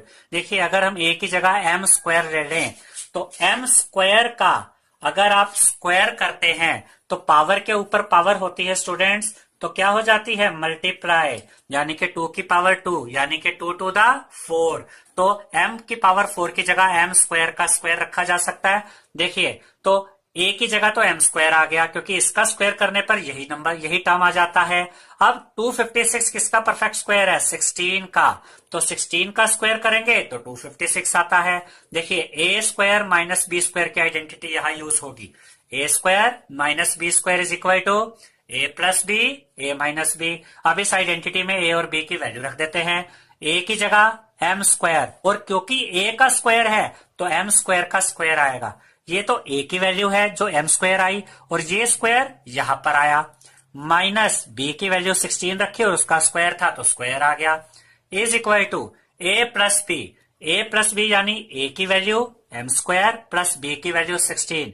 फिर दूसरे ब्रैकेट में a माइनस बी, यानी a की value M square minus B की वैल्यू 16। अब देखिए स्टूडेंट्स, एम स्क्वायर प्लस 16 तो एज इट इज रह जाएगा, इसका तो कुछ नहीं हो सकता, इसको आगे सोल्व नहीं किया जाएगा। लेकिन यहां पर ये फर्दर सोल्व हो सकता है। क्या हम इसको आगे सोल्व करने के लिए ऐसे लिख सकते हैं? M square minus 4 square. देखिए एम स्क्वायर तो एम स्क्वायर ही है, माइनस 4 का स्क्वायर क्या होता है? 16 ही तो होता है। अब देखिए ये एज इट इज, यहां पर फिर से आइडेंटिटी यूज हो रही है। कौन सी? यहां पर फिर से आइडेंटिटी यही वाली इस्तेमाल हो रही है। A square minus B square is equal to A plus B, A minus b. देखिए ए स्क्वायर यानी कि एम का स्क्वायर माइनस बी स्क्वायर यानी 4 का स्क्वायर किसके इक्वल है? ए plus B, A minus B. A plus B, ए की जगह अब क्या है? एम, एम प्लस बी की जगह 4, ए प्लस बी की जगह एम प्लस 4 आ गया। दूसरा ब्रैकेट ओपन करेंगे, ए माइनस बी आना चाहिए। ए की जगह क्या है? एम, ए की जगह एम आया, माइनस बी की जगह क्या है? 4। यानी कि यहां पर देखिए, यहां पर फिर से आइडेंटिटी इस्तेमाल की गई है, a square minus B square. तो आपको ऐसे भी क्वेश्चन मिल सकते हैं जिनमें आइडेंटिटीज एक से ज्यादा बार इस्तेमाल हो। पहले यहां आइडेंटिटी इस्तेमाल हुई, फिर यहां पर भी आइडेंटिटी को यूज किया गया। तो हमारे पास जो क्वेश्चन था m to the power 4 minus 256, उसके 3 फैक्टर्स आए हैं students, m square plus 16, m plus 4 and m minus 4। Students अब हम नेक्स्ट मेथड सीखेंगे फैक्टराइजेशन का, कि factorisation by middle term splitting, यानी फैक्टराइज तो करना है लेकिन मिडल टर्म को ब्रेक करके करना है, आइडेंटिटी का इस्तेमाल इसमें नहीं करना है। तो यहां पर हमने आपको एक एग्जांपल ये सीधे सीधे सोल्व करके भी दिखाया हुआ है पहले से ही, लेकिन हम इसको आपको अभी करके भी दिखाएंगे ताकि आप मैच कर सके और आपको बिल्कुल इजीली समझ आ सके कि मिडल टर्म स्प्लिटिंग कैसे की जाती है। ये बहुत ज्यादा इंपॉर्टेंट मेथड है स्टूडेंट्स, ये आपको 9th और 10th क्लास में आने वाली क्लासेस में बहुत काम आता है। अगर आप अभी इसे सीख लेंगे तो नेक्स्ट ईयर आप जब 9th में जाएंगे तो आपके लिए बहुत यूजफुल साबित होगा। तो पहला एग्जांपल देखते हैं, factorise X square plus 5x plus 6। अब आपके दिमाग में ये भी आ सकता है कि यहाँ पर क्या कोई आइडेंटिटी इस्तेमाल नहीं हो सकती? तो यहाँ चेक कीजिए कि जो लास्ट टर्म है ये परफेक्ट स्क्वायर नहीं है। हमने आपको बताया था कि फर्स्ट और लास्ट टर्म अगर परफेक्ट स्क्वायर हो तभी वो आइडेंटिटीज का इस्तेमाल किया जाता है। किसी का भी स्क्वायर करने पर आपको, किसी भी नंबर का स्क्वायर करने पर आपको 6 नहीं मिलेगा, तो यहाँ पर आप आइडेंटिटी का इस्तेमाल नहीं कर पाएंगे। यहाँ पर आपको splitting the middle term he use करना होगा। मिडल टर्म स्प्लिटिंग मेथड का मतलब है बीच वाले टर्म को ब्रेक कर दिया जाए 2 पार्ट्स में। अब देखिए किस तरीके से किया जाता है, हम आपको ये सोल्व करके भी दिखा रहे हैं, उसके बाद आप इसको मैच करेंगे तो आपको इजीली समझ आ जाएगा। आपको मेथड बताते हैं। सबसे पहले क्या कीजिए, फर्स्ट टर्म और लास्ट टर्म को मल्टीप्लाई कर दीजिए विद देयर साइन। ये भी पॉजिटिव है, ये भी पॉजिटिव है, तो 6 इंटू एक्स स्क्वायर करेंगे तो स्टूडेंट्स क्या आएगा? 6x square. ठीक है, अब ये जो नंबर आपके पास आया 6, इस नंबर के आप यहां पर फैक्टर्स फाइंड आउट कर लीजिए। 2 3 द 6, 3 1 द 3, तो 2 और 3 इसके फैक्टर्स भी हमें इजीली नजर आ रहे हैं। अब इसके बाद हमें इस बीच वाले नंबर को, इस पार्ट को मैं यहां पर क्वेश्चन आपके लिए दोबारा लिख देता हूं, x square plus 5x plus 6, इस क्वेश्चन को हमें सोल्व करना है, फैक्टराइज करना है। हमने सबसे पहले फर्स्ट और लास्ट टर्म को मल्टीप्लाई किया, जो यहां पर डिजिट दिखी उसके फैक्टर्स निकाले, 2 एंड 3 इसके फैक्टर्स आ गए। अब हमें बीच वाले टर्म को 2 नंबर्स में, 2 पार्ट्स में डिवाइड करना है। अब देखिए सिंपल सी चीज है कि अगर 2 नंबर आएंगे तो उनके कोई साइन भी होंगे, तो आपको यहां पर सबसे पहले हम ये सिखाएंगे कि पता कैसे चलेगा उन 2 नंबर्स के साइन क्या होंगे। ठीक है स्टूडेंट्स, यहां पर देखिए ये जो सेकंड टर्म का साइन होता है, ये आपको ये बताता है कि जो दो नंबर्स आएंगे उसमें से जो पहला नंबर होगा उसका साइन क्या होगा। ठीक है, और हमेशा कोशिश कीजिए कि जो दो टर्म्स आते हैं उसमें से बड़े टर्म को ही आप पहले रखेंगे और उसका साइन आपको यहां से मिल जाएगा। तो पहला जो नंबर आएगा उसका साइन होगा पॉजिटिव। और ये साइन आपको क्या बताता है स्टूडेंट्स, ये साइन आपको दूसरे नंबर का साइन नहीं बताता, ये आपको ये बताता है कि जो दो नंबर्स आएंगे वो आपस में क्या होंगे, वो दोनों नंबर्स आपस में होंगे प्लस। अब देखिए इसने क्या बताया कि पहले नंबर का साइन पॉजिटिव होगा, ये क्या बता रहा है कि जो दो नंबर आएंगे वो आपस में प्लस होंगे। अगर पहला नंबर ऑलरेडी पॉजिटिव है और दोनों नंबर्स को आपने प्लस ही करना है तो दूसरा नंबर क्या होगा, वो भी पॉजिटिव ही होगा। इस तरीके से आप साइन पता करते हैं। अब आपको दो ऐसे नंबर चाहिए, बोलने का तरीका समझिएगा कैसे बोलना है। अगर आप बोलने का तरीका समझ गए तो ये क्वेश्चन आपके लिए बहुत इजी हो जाएंगे। एक दो क्वेश्चन करने के बाद आप हैबिचुअल हो जाएंगे, आपको आदत पड़ जाएगी इसको सोल्व करने की। अब आपने ऐसे बोलना है कि हमें दो ऐसे नंबर चाहिए जिनको प्लस करके 5x आना चाहिए और मल्टीप्लाई करके ये वाला नंबर 6x स्क्वायर आना चाहिए। अब वो दो नंबर क्या होंगे, देखिए 3 और 2 दो फैक्टर्स थे, 3 और 2 को प्लस करेंगे तो क्या आएगा 5x, और हमें भी प्लस करके 5x चाहिए था और मल्टीप्लाई करके 6 चाहिए था, तो 3 to the 6 भी होता है। अब देखिए हम इसको दोबारा लिखते हैं, X square plus 5x plus 6 is equal to, पहला टर्म हमने एज इट इज रखा, प्लस पहला नंबर हमने क्या देखा था, दो नंबर क्या होने चाहिए, वो नंबर्स जो आपको चाहिए होते हैं स्टूडेंट्स, वो नंबर्स हमेशा यहाँ फैक्टर से निकलते हैं। तो बड़ा नंबर कौन सा है इसमें 3, तो हमने लिखा 3x और उसके बाद हमने लिखा 2x और इनके साइन पॉजिटिव है, ये यहाँ पर अभी हमने आपको समझाया था, प्लस 6। अब ध्यान से देखिए, अभी मैंने आपको क्या कहा था कि दो ऐसे नंबर चाहिए जिनको प्लस करके 5x आए। इन दोनों टर्म्स को जरा प्लस कीजिए, 3x प्लस 2x क्या होता है 5x, और मल्टीप्लाई करके क्या चाहिए, ये वाला number 6x square, 3 to the 6 और x इंटू एक्स स्क्वायर भी आ गया। ठीक है, अब इसके बाद आप क्या करेंगे, पहले दो टर्म्स में से देखिए क्या कॉमन आता है, x कॉमन आता है, इधर x स्क्वायर था, एक x बच गया, प्लस इधर दूसरे टर्म से x तो बाहर आ गया, बचा क्या ये वाला 3। ठीक है, अब यहां पर ये सारे टर्म्स तो पॉजिटिव ही चल रहे हैं तो ये पॉजिटिव साइन लगाइए। इन दोनों में क्या कॉमन है, देखिए ये दोनों 6 और 2 किस टेबल में आते हैं, 2 की टेबल में, 2 1 the 2 2 3 the 6, तो यहां पर 2 कॉमन आ गया। इधर से क्या बचा, सिर्फ x, प्लस का साइन 2 3 the 6 होता है तो यहां पर 3 आ गया, मल्टीप्लाई करेंगे तो वापस यही नंबर्स आपको मिल जाएंगे। अब दोनों ब्रैकेट सेम आने बहुत जरूरी है, दोनों ब्रैकेट सेम आ गए इसका मतलब आप क्वेश्चन ठीक कर रहे हैं। अब एक फैक्टर तो आपको यहीं से मिल जाएगा, आधा यहां से उठाइए और आधा यहां से, यानी एक फैक्टर तो हो गया x प्लस 2 और दूसरा फैक्टर जो ये कॉमन आपके ये आए हैं, ये जो दो ब्रैकेट्स आए हैं इनके अंदर सेम वैल्यूज होती हैं, दूसरा फैक्टर आप यहां से उठा सकते हैं। तो x square plus 5x plus 6 के दो फैक्टर्स हुए, x प्लस 2 x प्लस 3। हमने इसी क्वेश्चन को डायरेक्ट यहां पर सोल्व करके दिखाया हुआ था। अब आप इजीली फटाफट इसको चेक कर सकते हैं। हमें इसके फैक्टराइजेशन करना था, हमने देखा कि हमें दो ऐसे नंबर चाहिए जिनको प्लस करके तो 5x आए और मल्टीप्लाई करके कौन सा नंबर आना चाहिए था 6x स्क्वायर। वो कहां से मिला था हमें 6x स्क्वायर, फर्स्ट और लास्ट टर्म को मल्टीप्लाई करके। तो इसके हमने फैक्टर्स बनाए, 3 और 2 फैक्टर्स थे। तो यहां पर हमने देखा कि दो नंबर ऐसे चाहिए थे जिनको प्लस करके 5 चाहिए और उनके साइन हमने आपको बताए थे कि ये वाला बीच वाला साइन बताता है कि पहले नंबर का साइन क्या होगा और ये बताता है वो दो नंबर आपस में क्या होंगे, दोनों नंबर्स आपस में क्या होने हैं प्लस। पहले नंबर का साइन क्या है पॉजिटिव, तो दूसरे का साइन भी क्या हुआ पॉजिटिव। तो पहला नंबर 3x, दूसरा नंबर 2x, फिर इनमें से कॉमन लिया गया, दोनों ब्रैकेट सेम आए और उसके बाद हमारे ये दो फैक्टर्स हमें मिल गए। इसका एक दूसरा एग्जांपल देखते हैं स्टूडेंट्स। हमें कहा गया है find the factors of y square minus 7y plus 12। ये तो हमने डायरेक्ट सोल्व करके दिखाया हुआ है। अब हम आप इसको प्रॉपरली लिख कर देखते हैं कि किस तरीके से आंसर हमारे पास आएगा। हमें इसका फैक्टराइजेशन करना है तो भी जो मेथड अभी हमने आपको बताया उसी को फॉलो करते हैं। फर्स्ट और लास्ट टर्म को मल्टीप्लाई कीजिए, 12y स्क्वायर आता है, 12 को y स्क्वायर से मल्टीप्लाई किया 12y स्क्वायर आ गया। उसके बाद बीच वाले टर्म को दो पार्ट्स में बांटना है, ठीक है, और उन दोनों नंबर्स के साइन क्या होंगे देखिए। बीच वाले टर्म का साइन, ये साइन हमें बताता है कि पहला नंबर नेगेटिव आएगा, यहां माइनस का साइन है तो ये भी माइनस रहेगा। ये वाला टर्म का साइन बताता है कि दोनों नंबर्स आपस में प्लस किए जाएंगे। अब पहला नंबर अगर नेगेटिव है और दोनों नंबर्स को प्लस करना है तो दूसरा नंबर भी नेगेटिव होना चाहिए, क्योंकि माइनस माइनस ये तो प्लस होते हैं। और हमें अब दो ऐसे नंबर चाहिए स्टूडेंट्स जिनको प्लस करके तो -7y आए और मल्टीप्लाई करके 12y² आए। तो इस 12 के हम क्या करते हैं, यहां पर फैक्टर्स बना लेते हैं।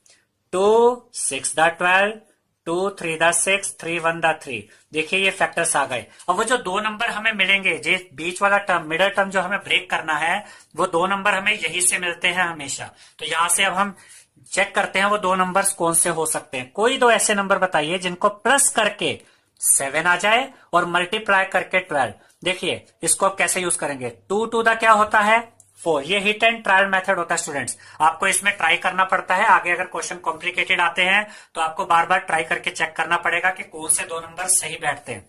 2 टू दा 4, बचा क्या 3।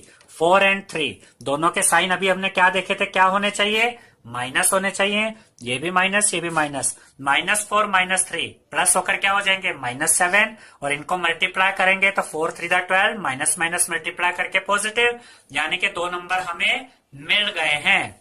तो यहां पर अब हम इसको आगे सोल्व करते हैं। y² -7y + 12। अब हम इसमें स्प्लिटिंग द मिडिल टर्म करेंगे।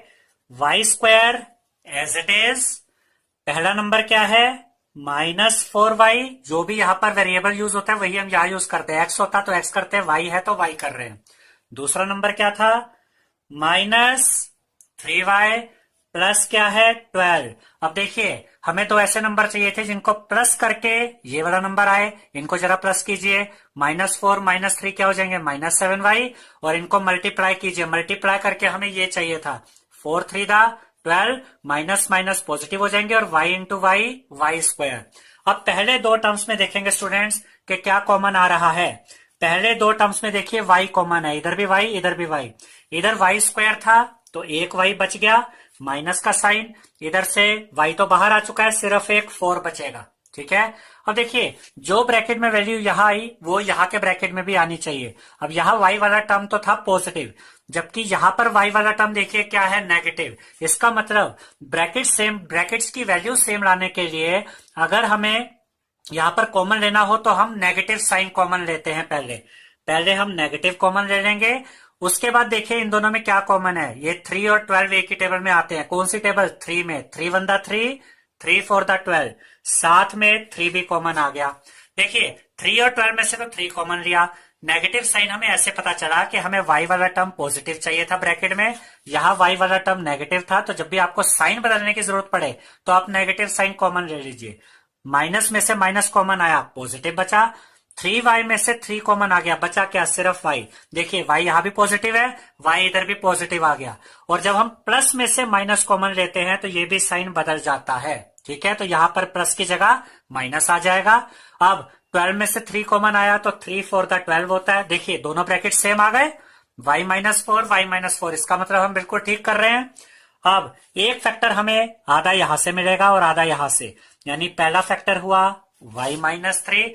दूसरा फैक्टर जो ये कॉमन आते हैं, ये जो दो कॉमन एक ही वैल्यू वाले दो ब्रैकेट से, इसमें से हम ले लेते हैं y -4। तो यहां पर आप चेक कर सकते हैं कि y² -7y + 12 के जो दो फैक्टर्स आए वो है y -3 and y -4। Next example देखते हैं स्टूडेंट्स। हम आपको ये अलग अलग तरह के एग्जांपल्स दिखा रहे हैं स्टूडेंट्स, ताकि आपको हर तरह का क्वेश्चन करने के लिए इजी हो जाए। तो यहां पर फैक्टराइज करना है z² -4z -12 को। हालांकि ये क्वेश्चन यहाँ सोल्व हुआ है, हम फिर भी आपको इसको दोबारा सोल्व करके दिखाते हैं ताकि आप इजीली इसको समझ सके। हमें सोल्व करना है z² -4z -12 को। तो फिर वही मेथड यूज करते हैं, स्प्लिटिंग द मिडिल टर्म है तो फर्स्ट टर्म और लास्ट टर्म को मल्टीप्लाई कीजिए। इनको मल्टीप्लाई करेंगे तो आएगा -12z²। ठीक है, ये नेगेटिव था, ये पॉजिटिव था। अब जो 12 यहां पर आया, इस 12 के बना लीजिए फैक्टर्स। 2 6 दा 12, 2 3 दा 6, ठीक है, और 3 1 दा 3। अब आपके जो दो नंबर्स आएंगे, जो बीच वाले टर्म को आप ब्रेक करेंगे, वो नंबर्स यहां से आएंगे 2 2 और 3 में से। अब हमें साइन का भी ध्यान रखना है यहां पर। तो साइन कैसे पता चलेंगे, जो बीच वाला ये साइन है सेकंड टर्म का, ये बता रहा है कि जो पहला नंबर आएगा वो नेगेटिव साइन होगा, और ये वाला साइन ये बता रहा है कि जो दो नंबर्स आएंगे वो आपस में माइनस होंगे। अगर पहला नंबर नेगेटिव है और दोनों नंबर्स को माइनस करना है स्टूडेंट्स, तो दूसरे नंबर का साइन प्लस होगा। क्यों? क्योंकि माइनस प्लस ही माइनस होते हैं। ठीक है, तो यहां पर अब हमें दो नंबर देखने हैं जिनको, अब बोलने का तरीका देखिएगा, अब हमें दो ऐसे नंबर चाहिए जिनको माइनस करके तो 4z आए, -4z आए, और मल्टीप्लाई करके -12z² आए। वो दो नंबर हमें यहां से मिलेंगे। अब देखिए वो दो नंबर्स कैसे पता चलेंगे। देखिए मान लीजिए हम ऊपर के दो नंबर्स पहले उठा लेते हैं, 2 टू द 4, तो हमने ये 4 लिखे, और यहां बचा क्या 3। अब हमें क्या चाहिए था, माइनस करके 4, इनको माइनस करेंगे, यहां तो 1 आ जाता है, तो 4 और 3 तो सही नहीं रहेंगे, कुछ और ट्राई करते हैं। 3 टू द 6, हमने ये 6 लिखा, बचा क्या 2। 6 एंड 2 अगर हम लिखे तो माइनस करके क्या चाहिए था 4, 6 में से 2 गया 4 आता है, और मल्टीप्लाई करके 6 टू द 12 भी आता है, तो ये सही नंबर है। ठीक है, तो यहां पर हम z² एज इट इज लिखेंगे। ठीक है स्टूडेंट्स, माइनस, देखिए पहले का साइन माइनस था और बड़ा साइन, बड़ा नंबर कौन सा आया 6, तो -6z, दूसरे का साइन क्या था पॉजिटिव, प्लस, और दूसरा नंबर क्या आया 2, तो दूसरा नंबर लिखा 2z, -12 एज इट इज। अब पहले दो नंबर्स में अब हमें कॉमन लेना है और बाद के दो नंबर्स में भी कॉमन लेना है। उससे पहले चेक कर लेते हैं क्या ये दो नंबर सही आए।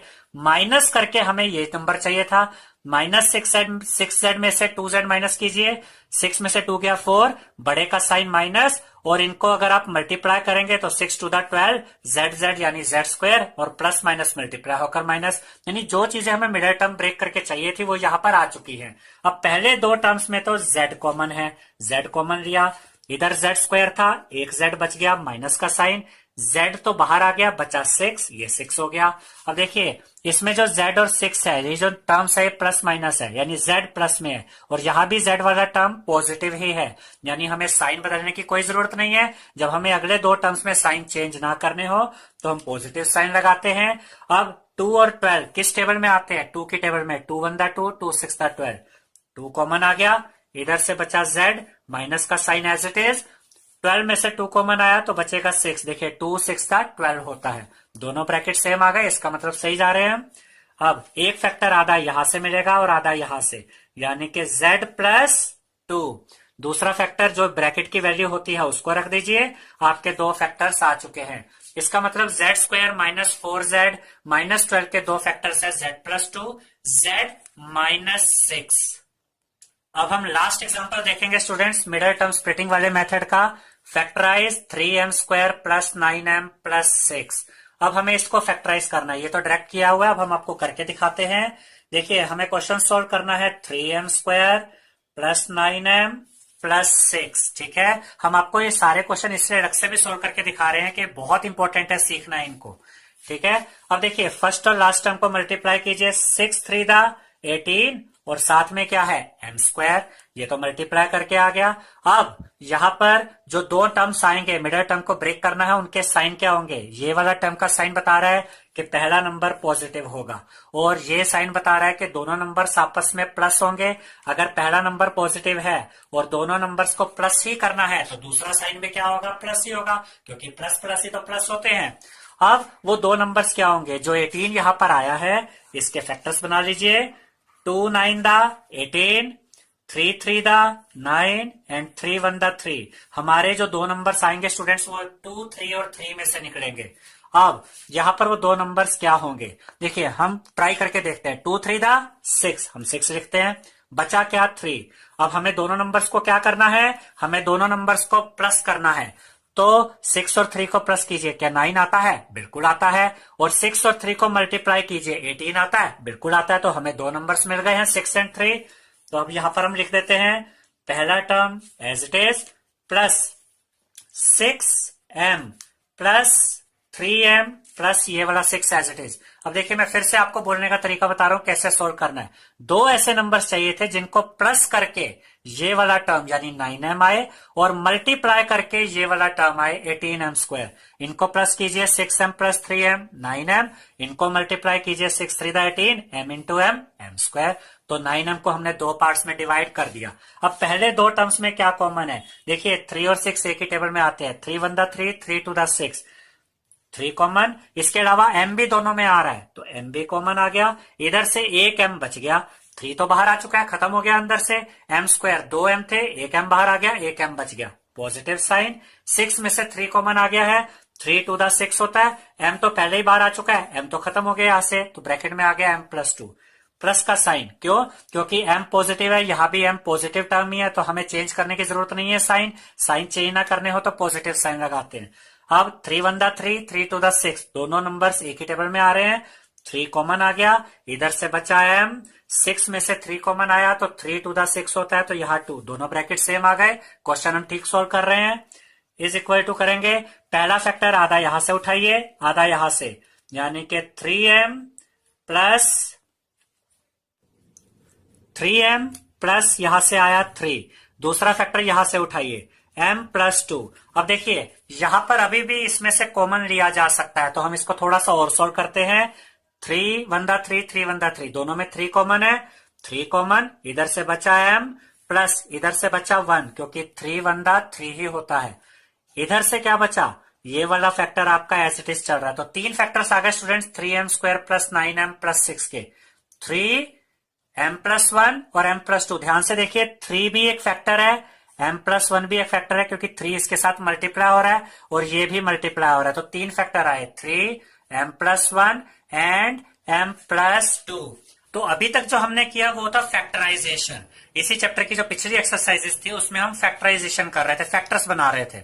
यहां पर हमें एल्जेब्रिक एक्सप्रेशंस गिवन होंगे, उनका डिवीजन करना होगा। इसमें भी अलग अलग टाइप के हमको डिवीजन करने के लिए आएंगे। देखिए कैसे, पहला जो हम यहां पर समझने जा रहे हैं चीज वो है जब मोनोमियल एक्सप्रेशन को डिवाइड करना है बाय मोनोमियल एक्सप्रेशन, यानी कि 2 मोनोमियल एक्सप्रेशंस होंगे, उनको डिवाइड करना होगा। तो मोनोमियल एक्सप्रेशंस कौन से होते हैं? एल्जेब्रिक एक्सप्रेशंस में स्टूडेंट्स मोनोमियल एक्सप्रेशंस वो एक्सप्रेशंस होते हैं जिनमें एक ही टर्म होता है, सिंगल टर्म। जैसे कि फॉर एग्जाम्पल अगर हम आपको यहां पर लिख कर दे 2x, तो ये एक ही टर्म है। अब कुछ स्टूडेंट्स को यहाँ पर कंफ्यूजन होती है कि यहाँ 2 भी है और x भी है, तो ये एक टर्म कैसे हुआ? तो स्टूडेंट्स एल्जेब्रिक एक्सप्रेशन में दूसरा टर्म तभी बनता है जब प्लस या माइनस का साइन भी आ जाए। मान लीजिए कि यहां पर हम आपको एग्जांपल देते हैं 2x प्लस y। अब यहां पर देखिए प्लस का साइन आया और उसके बाद एक और टर्म आया, ये पहला टर्म था, ये दूसरा टर्म है, तो ये आपका मोनोमियल एक्सप्रेशन नहीं है, ये तो बाइनोमियल हो जाएगा। जबकि मोनोमियल से मोनोमियल को डिवाइड करना है तो आपको इस तरह के एग्जांपल मिलेंगे, जैसे कि 2x, 5x², 7x। आपको सिंगल टर्म वाले ही यहाँ पर एक्सप्रेशन मिलेंगे और उसको सिंगल टर्म वाले एक्सप्रेशन से ही डिवाइड करना होगा। हम एग्जाम्पल के थ्रू समझते हैं जिससे आपको ये और अच्छे से क्लियर हो जाएगा। तो पहला एग्जांपल लेते हैं। हमने जो भी एग्जांपल्स यहाँ पर बेसिक्स इस वीडियो में लिए हैं स्टूडेंट्स, वो सारे एनसीईआरटी के एग्जांपल्स हैं, ताकि एनसीईआरटी के एग्जांपल्स भी आपको आसानी से समझ आ जाए और आपके बेसिक्स भी क्लियर हो जाए, ताकि एक्सरसाइज करने में आपके लिए इजी हो। तो पहला एग्जांपल लेते हैं जहां एक मोनोमियल है 6x³, उसे डिवाइड करना है दूसरे मोनोमियल 2x से। तो इस डिवीजन को हम इस तरीके से लिख लेते हैं, 6x³ यहाँ न्यूमरेटर में और 2x यहाँ डिनोमिनेटर में। अब इसको करने के भी 2 तरीके हो सकते हैं। देखिए पहला मेथड, आप यहाँ पर 6 को कैसे लिख सकते हैं? देखिए 6 को तो यहाँ पर हमने एज इट इज लिखा, इंटू x³ को आपने कैसे लिखा? x into x into x, और डिवीजन में क्या था? 2 इंटू एक्स। ठीक है, तो ये जो 6 है स्टूडेंट्स, ये तो 2 से कट जाएगा, 2 1 दा 2 एंड 2 3 दा 6, ये 6 कट गया, ऊपर बचा 3। अब देखिए ऊपर 3 टाइम्स x था, नीचे 1 टाइम x है, एक x से एक x कट गया। अब देखिए 3 इंटू एक्स बचा, 3 इंटू एक्स, और x इंटू एक्स क्या होता है स्टूडेंट्स? x²। तो 6x³ डिवाइडेड बाय 2x का जो आंसर आया है वो है 3x²। अब इसी क्वेश्चन को हम थोड़ा सा शॉर्ट करके करते हैं, और बड़ी क्लासेस में आपको इसी तरीके से करना होता है, इतना पूरा एक्सप्लेन करने की जरूरत नहीं होती। धीरे धीरे प्रैक्टिस के थ्रू आपको ये फास्ट करना भी बहुत इजीली आ जाएगा। देखिए 6x³ डिवाइडेड बाय 2x, हमने यही चीज यहाँ पर लिखी है। अब सीधे सीधे हम डिवीजन करते हैं, 6 को 2 से डिवाइड कीजिए, 2 1 दा 2, 2 3 दा 6, एक तो ये 3 बचा। अब ऊपर देखिए x³ है और नीचे x है, तो यहाँ पर जो लॉ ऑफ एक्सपोनेंट है वो यूज करेंगे। दोनों के बेस क्या है? सेम है और डिवाइड हो रहे हैं। जब बेस सेम होते हैं और डिवाइड हो रहे हो तो पावर्स माइनस हो जाती है स्टूडेंट्स। तो बेस हमने एज इट इज रखा और इस पावर में से 3 में से इसकी पावर क्या है 1। जब पावर कुछ नहीं होती तो 1 पावर होती है। 3 में से 1 पावर माइनस करेंगे तो 2 पावर बचेगी। ये वाला 3 यहां आ गया, ये वाला बेस यहां आया, इसकी पावर 3 में से 1 माइनस करी तो एक्स स्क्वायर बचा। देखिए यही आंसर यहां पर इस फास्ट मेथड से, शॉर्टकट मेथड से हमारे पास फटाफट से आ गया। तो स्टूडेंट्स यहां पर जरूरी नहीं है कि आप किसी एक ही मेथड को रट्टा मारे या एक ही मेथड याद रखें। आप अलग अलग तरीके से भी इस तरह के क्वेश्चन सॉल्व कर सकते हैं। अब हम इसका नेक्स्ट एग्जांपल देखते हैं। तो नेक्स्ट एग्जांपल में हमें गिवन है students -20x to the power 4 divided by 10x square. तो -20x टू द पावर 4 हमने ऊपर रखा और 10x स्क्वायर हमने नीचे डिनोमिनेटर में रखा। पहले हमने आपको इसको शॉर्ट मेथड से करके दिखाया है। देखिए 20 10 से डिवाइड हो जाता है, 10 1 द 10, 10 2 द 20, -2 एक तो ये बचा। अब इधर देखिए x टू द पावर 4 है और इधर x का स्क्वायर है। बेस सेम है दोनों के और डिवाइड हो रहे हैं तो बेस आप यहां पर कॉमन जो आता है x x बेस तो वो यहां लिख दिया और पावर अब माइनस हो जाएंगी। 4 में से 2 माइनस कीजिए 2, तो -2x स्क्वायर इसका आंसर आ गया। अब इसी को हम आपको दूसरे मेथड से भी करके दिखाते हैं। -20x to the power 4 divided by 10x square is equal to, ये वाला माइनस एज इट इज, 20 के फैक्टर्स लिखिए, 2 टू द 4, 4 5 द 20। उसके बाद x to the power 4, x कितनी बार है 4 बार, 1 2 3 4 बार हमने x लिख दिया। इसके बाद स्टूडेंट्स नीचे 10 था, उसके लिए उसके फैक्टर्स लिखे 2 इंटू 5 और x स्क्वायर 2 बार है x, यानी कि इसका मतलब इंटू x। तो x एक कटा और ये दूसरा x भी कटा, 2x बच गए। x इंटू एक्स क्या होता है x स्क्वायर। अब यहां से देखिए 2 से ये 2 कट गया, 5 से ये 5 कट गया, सिर्फ एक तो 2 बचा यहां से और माइनस का साइन था तो -2 बचा यहां से और x इंटू एक्स यानी कि x स्क्वायर बचा। बाकी सब यहां से कट चुका है। देखिए इस तरीके से भी आपका -2x स्क्वायर आंसर आया था और यहां पर भी आपका आंसर -2x स्क्वायर ही आया है। अब हम इसका थर्ड एग्जाम्पल देखते हैं स्टूडेंट्स। नेक्स्ट एग्जाम्पल में हमें गिवन है 7x square Y square Z square divided by, किससे डिवाइड हो रहा है ये 14xyz। और अगर आप ध्यान दें जितने भी अभी तक हमने एग्जांपल देखे, हम थर्ड एग्जांपल देख रहे हैं, मोनोमियल ही मोनोमियल से डिवाइड हो रहा है। ये भी एक सिंगल टर्म है, ये भी एक सिंगल टर्म है, इसलिए मोनोमियल है। ठीक है, ओके। तो ये हमने न्यूमरेटर में रखा, ये हमने डिनोमिनेटर में रखा। अब देखिए 7 और 14 एक दूसरे से, 14 इस 7 से डिवाइड हो जाएगा, 7 1 द 7, 7 2 द 14, 1/2। देखिए 1/2 बचा। अब देखिए x square divided bye x, देखिए x और x डिवाइड हो रहे हैं, बेस सेम है और यहां पर पावर्स माइनस हो जाएंगी। तो ये x रखा, इसकी पावर 2 में से इसकी पावर 1 माइनस करी तो 1 बचा और 1 पावर में हम लिखते नहीं। आप इसको ऐसे भी समझ सकते हैं कि ऊपर x स्क्वायर है यानी x 2 बार है, नीचे x 1 बार है। अगर इसको हम देखें तो अगर ऊपर 2 बार x है और नीचे 1 बार x है तो नीचे वाला x ऊपर के 1 x को काट देगा, 1 x बचा। अब इधर y स्क्वायर है, नीचे भी y है, 1 y से 1 y कटा, 1 y बच गया। z स्क्वायर है, नीचे z है, 1 z से 1 z कटा, 1 z बच गया। हमारा आंसर आता है 1/2 xyz। इसी को सोल्व करने का ये दूसरा मेथड देखिए स्टूडेंट्स।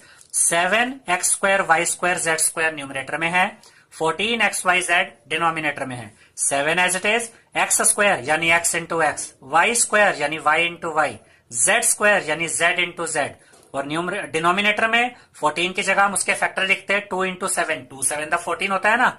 और x y z single single थे तो x into Y into Z. अब देखिए 7 से 7 कटा, 1 x से 1 x कटा, 1 y से 1 y ये कटा और 1 z से 1 z ये कटा।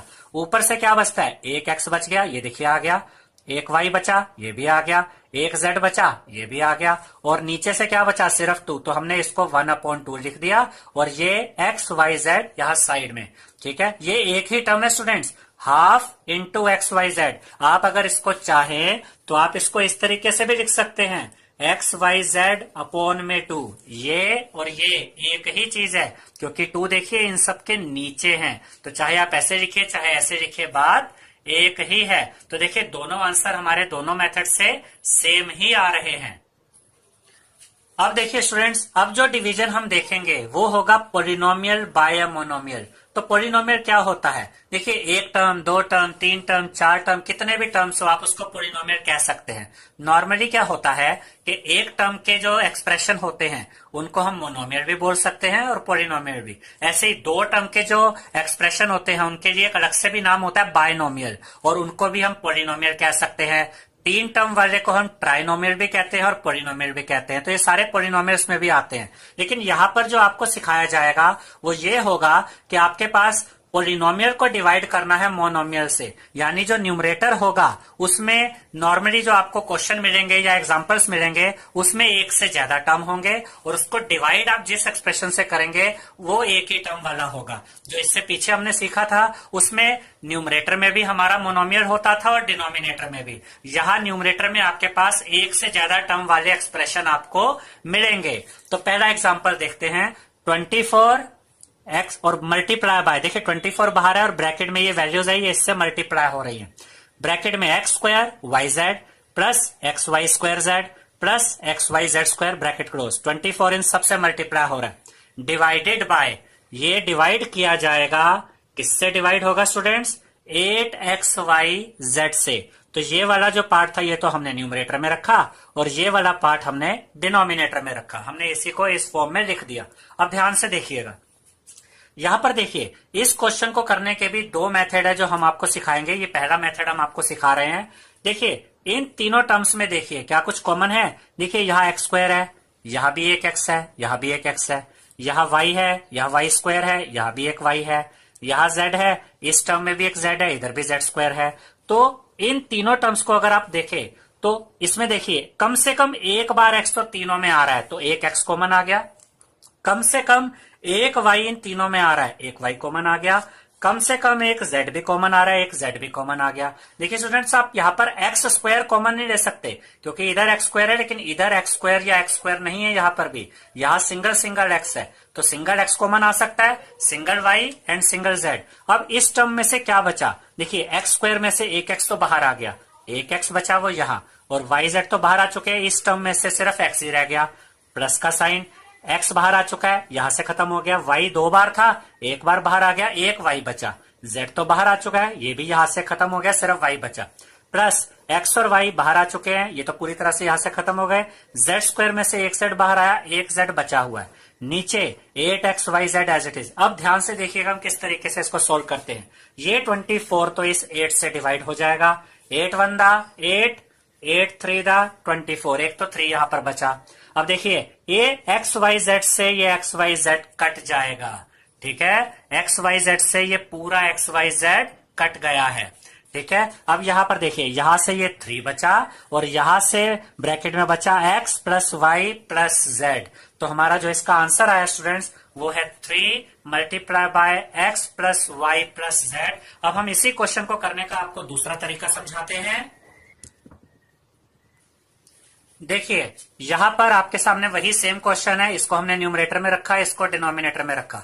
अब देखिए ये 24 इन सबके साथ मल्टीप्लाई हो रहा है, तो हम ये भी कर सकते हैं कि इस 24 को पहले इससे मल्टीप्लाई कीजिए, तो क्या आ गया 24 और इधर से एक्स स्क्वायर वाई जेड, फिर प्लस का sign 24 X Y square Z, फिर इसको इससे मल्टीप्लाई कीजिए 24 X Y Z square upon में 8 एक्स वाई जेड। अब ये जो 8 एक्स वाई जेड है स्टूडेंट्स, ये इन तीनों के नीचे है। तो देखिए हमने ये ऊपर से पहला न्यूमरेटर उठाया, उसके नीचे भी इसको रखा, फिर पॉजिटिव साइन, फिर ये दूसरा टर्म उठाया, उसके नीचे इसको रखा, फिर तीसरा टर्म उठाया, उसके नीचे भी इस 8xyz को रखा। अब देखिए कैसे कैलकुलेशन होती है। 8 1 दा 8, 8 3 दा 24, यहां से 3 बचा। अब देखिए ऊपर एक्स स्क्वायर है, नीचे एक्स है, ऊपर एक्स 2 बार है, नीचे एक बार, एक एक्स से एक एक्स कटा, एक एक्स बच गया। वाई से ये वाई से तो वाई सीधे सीधे कट जाएगा, जेड से जेड भी कट गया, तो एक तो 3 बचा और एक एक्स बचा, ठीक है, क्योंकि एक एक्स तो इस एक्स से कट गया। प्लस का साइन देखिए फिर से 8 1 दा 8, 8 3 दा 24, एक तो हमारे पास ये 3 बचा और इस एक्स से ये एक्स कटा, इस जेड से ये जेड कटा, और यहाँ पर वाई स्क्वायर था और यहाँ वाई था, तो एक वाई से कट गया और एक वाई यहाँ बच गया, तो यहाँ से बचा 3y प्लस का साइन। फिर देखिए फिर से 24 8 से कटेगा, 8 1 दा 8, 8 3 दा 24, ये वाला 3 बचा, x से x कटा, y से y कटा, ऊपर z स्क्वायर था, नीचे z था, एक z कट गया है नीचे वाले z से, तो 3 के साथ एक z बचा। अब इन तीनों में क्या कॉमन है स्टूडेंट्स? 3 3 3, तो ये 3 कॉमन आ गया, ब्रैकेट ओपन, x y और z यहां से बच गए, ये x बचा प्लस यहां से y बचा प्लस यहां से z बचा। हमारा आंसर आता है 3 multiply by x plus y plus z। तो हमारे जो यहाँ पर ये दोनों आंसर आ रहे हैं, ये देखिए पहले भी हमने ये आंसर निकाला था, दूसरे मेथड से किया तब भी सेम आंसर आ रहा है। तो आपको जो मेथड सुटेबल लगे आप उससे अपना क्वेश्चन सॉल्व कर सकते हैं। अब नेक्स्ट हम सीखेंगे students division of polynomial bye polynomial. अब न्यूमरेटर में भी एक से ज्यादा टर्म होंगे और डिनोमिनेटर में भी एक से ज्यादा टर्म होंगे। इस तरह का अगर आपके पास क्वेश्चन आ जाता है तो देखिए कैसे सॉल्व करते हैं एग्जांपल के through. 7x square plus 14x divided by x plus 2, ठीक है। तो ये वाला पार्ट हमने न्यूमरेटर में रखा, ये वाला पार्ट डिनोमिनेटर में रखा। अब देखिए स्टूडेंट्स, ये 7x स्क्वायर प्लस 14x सीधे सीधे x प्लस 2 से डिवाइड नहीं हो सकता क्योंकि ये ऊपर प्लस हो रहे हैं। आप ऊपर और नीचे तभी कटिंग कर सकते हैं जब ऊपर वाले टर्म्स मल्टीप्लाई में हो, प्लस या माइनस में हो तो सीधे सीधे नीचे वालों के साथ नहीं काट सकते। तो सबसे पहले ऊपर देखते हैं क्या कुछ ऐसा हो सकता है कि फैक्टर्स बन जाए, क्योंकि फैक्टर बन जाएंगे तो फैक्टर मल्टीप्लाई में आते हैं, तब हम ऊपर नीचे कटिंग कर सकते हैं। देखिए 7 1 7, 7 2 14, 7 और 14 एक ही टेबल में आते हैं, वो टेबल है 7, तो 7 यहां पर कॉमन आ गया। इधर भी x है, इधर भी x स्क्वायर है, देखिए यहाँ x स्क्वायर है यानी 2 बार x है, इधर सिंगल x है, तो एक x कॉमन लिया जा सकता है। अब इस टर्म में से क्या बचा? 7 तो बाहर आ गया, खत्म। x स्क्वायर में से x भी बाहर आ गया, एक x बच गया, प्लस का साइन। 14 में से 7 बाहर आया, 7 2 14 होता है तो यहाँ 2 आ गया, x तो बाहर आ चुका है वो खत्म हो गया। अब हमारे पास देखिए यहाँ 2 फैक्टर बन गए, बल्कि 3 फैक्टर है, 7 इंटू एक्स, पहला फैक्टर 7, दूसरा फैक्टर x और तीसरा फैक्टर है x प्लस 2, क्योंकि 7 इंटू एक्स प्लस 2 है। अब देखिए, अब ये x प्लस 2 इस x प्लस 2 से कट किया जा सकता है क्योंकि ऊपर वाले टर्म्स मल्टीप्लाई हो रहे हैं। बचा क्या? 7x। तो जब हम 7x स्क्वायर प्लस 14x को डिवाइड करते हैं x प्लस 2 से, तो हमारे पास आंसर आता है स्टूडेंट्स 7x। अब हम इसका नेक्स्ट एग्जाम्पल देखेंगे। अब हम इसका सेकंड एग्जांपल देखते हैं जहां पर एक पॉलिनोमियल से डिवाइड हो रहा है। हम आपको फिर से बता दें स्टूडेंट्स, ये सारे एग्जांपल जो हमने सोल्व किए हैं ये एनसीईआरटी के ही एग्जांपल्स हैं, ठीक है। तो यहां पर ये फर्स्ट टर्म है 44 multiply by x to the power 4 minus 5x cube minus 24x square divided by 11x multiply by x minus 8। तो सबसे पहले हमने ये वाला जो टर्म था जिसे डिवाइड करना है इसको न्यूमरेटर में रखा, ठीक है, और ये वाला पार्ट आपका डिनोमिनेटर में आ गया। अब सबसे पहले ध्यान दीजिए, ये 44 मल्टीप्लाई हो रहा है सबके साथ, तो 44 को हम काट सकते हैं। देखिए 11 1 दा 11, 11 4 दा 44, एक तो ये 4 बच गया। अब यहां पर देखिए इन सब में से क्या कॉमन आ सकता है, ध्यान से देखिए। इधर x टू द पावर 4 है यानी कि 4 टाइम x है, यहां x टू द पावर 3 है, 3 टाइम x है, यहां x टू द पावर 2 है यानी 2 बार x है। तो कम से कम कितनी बार x है जो तीनों में आ रहा है? 2 बार। देखिए यहाँ 2 बार x है, यहाँ भले ही 3 बार है लेकिन 2 से तो ज्यादा है यानी 2 बार इधर भी आ रहा है, और यहाँ पर x 4 टाइम्स है यानी 2 बार तो इधर भी है, यानी कि x स्क्वायर इन सब में आता है। तो x स्क्वायर हमने कॉमन ले लिया, ये 4 तो यहां से बचा कट के, इन सब में से x स्क्वायर कॉमन आ गया, मल्टीप्लाई बाय ये ब्रैकेट में x की पावर 4 था, 4 बार x था, 2 बार उसमें से बाहर आ गया तो x स्क्वायर बचा। अगर आप इनको मल्टीप्लाई करके देखें स्टूडेंट्स तो देखिए वापस यही चीज आ जाती है, x to the power 2 multiply by x to the power 2, base same हो और मल्टीप्लाई हो तो पावर्स प्लस हो जाती है, तो x और पावर 2 प्लस 2 4, यानी ये सेम ही चीज है, बस हमने यहां से कॉमन ले लिया है।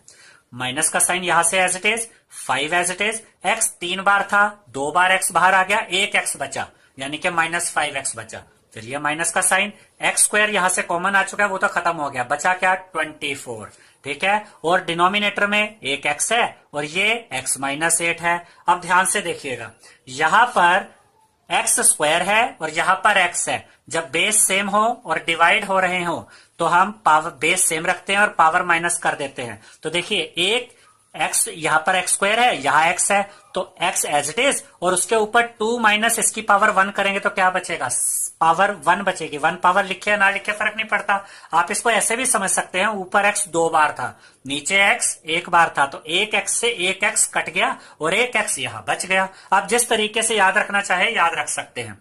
अब इधर देखिए, यहां पर हमारे पास ये वाला पार्ट बचता है और नीचे x माइनस 8 बचता है। अब ये इससे सीधे सीधे डिवाइड नहीं हो सकता क्योंकि यहां माइनस के भी साइन है, तो यहां पर हमें इसके फैक्टर्स बनाने होंगे और वो फैक्टर्स बनेंगे स्प्लिटिंग द मिडल टर्म से। ठीक है स्टूडेंट्स, पिछली एक्सरसाइज में हमने आपको स्प्लिटिंग द मिडल टर्म बहुत अच्छे से समझाया था। आप जो एक्सरसाइज 14.2 के बेसिक्स है और जो एक्सरसाइज 14.2 है उनको अगर आप देखेंगे उसके वीडियोस को, तो आपको स्प्लिटिंग द मिडल टर्म बहुत अच्छे से समझ आ जाएगा। यहां पर भी देखिए किस तरीके से सोल्व होगा।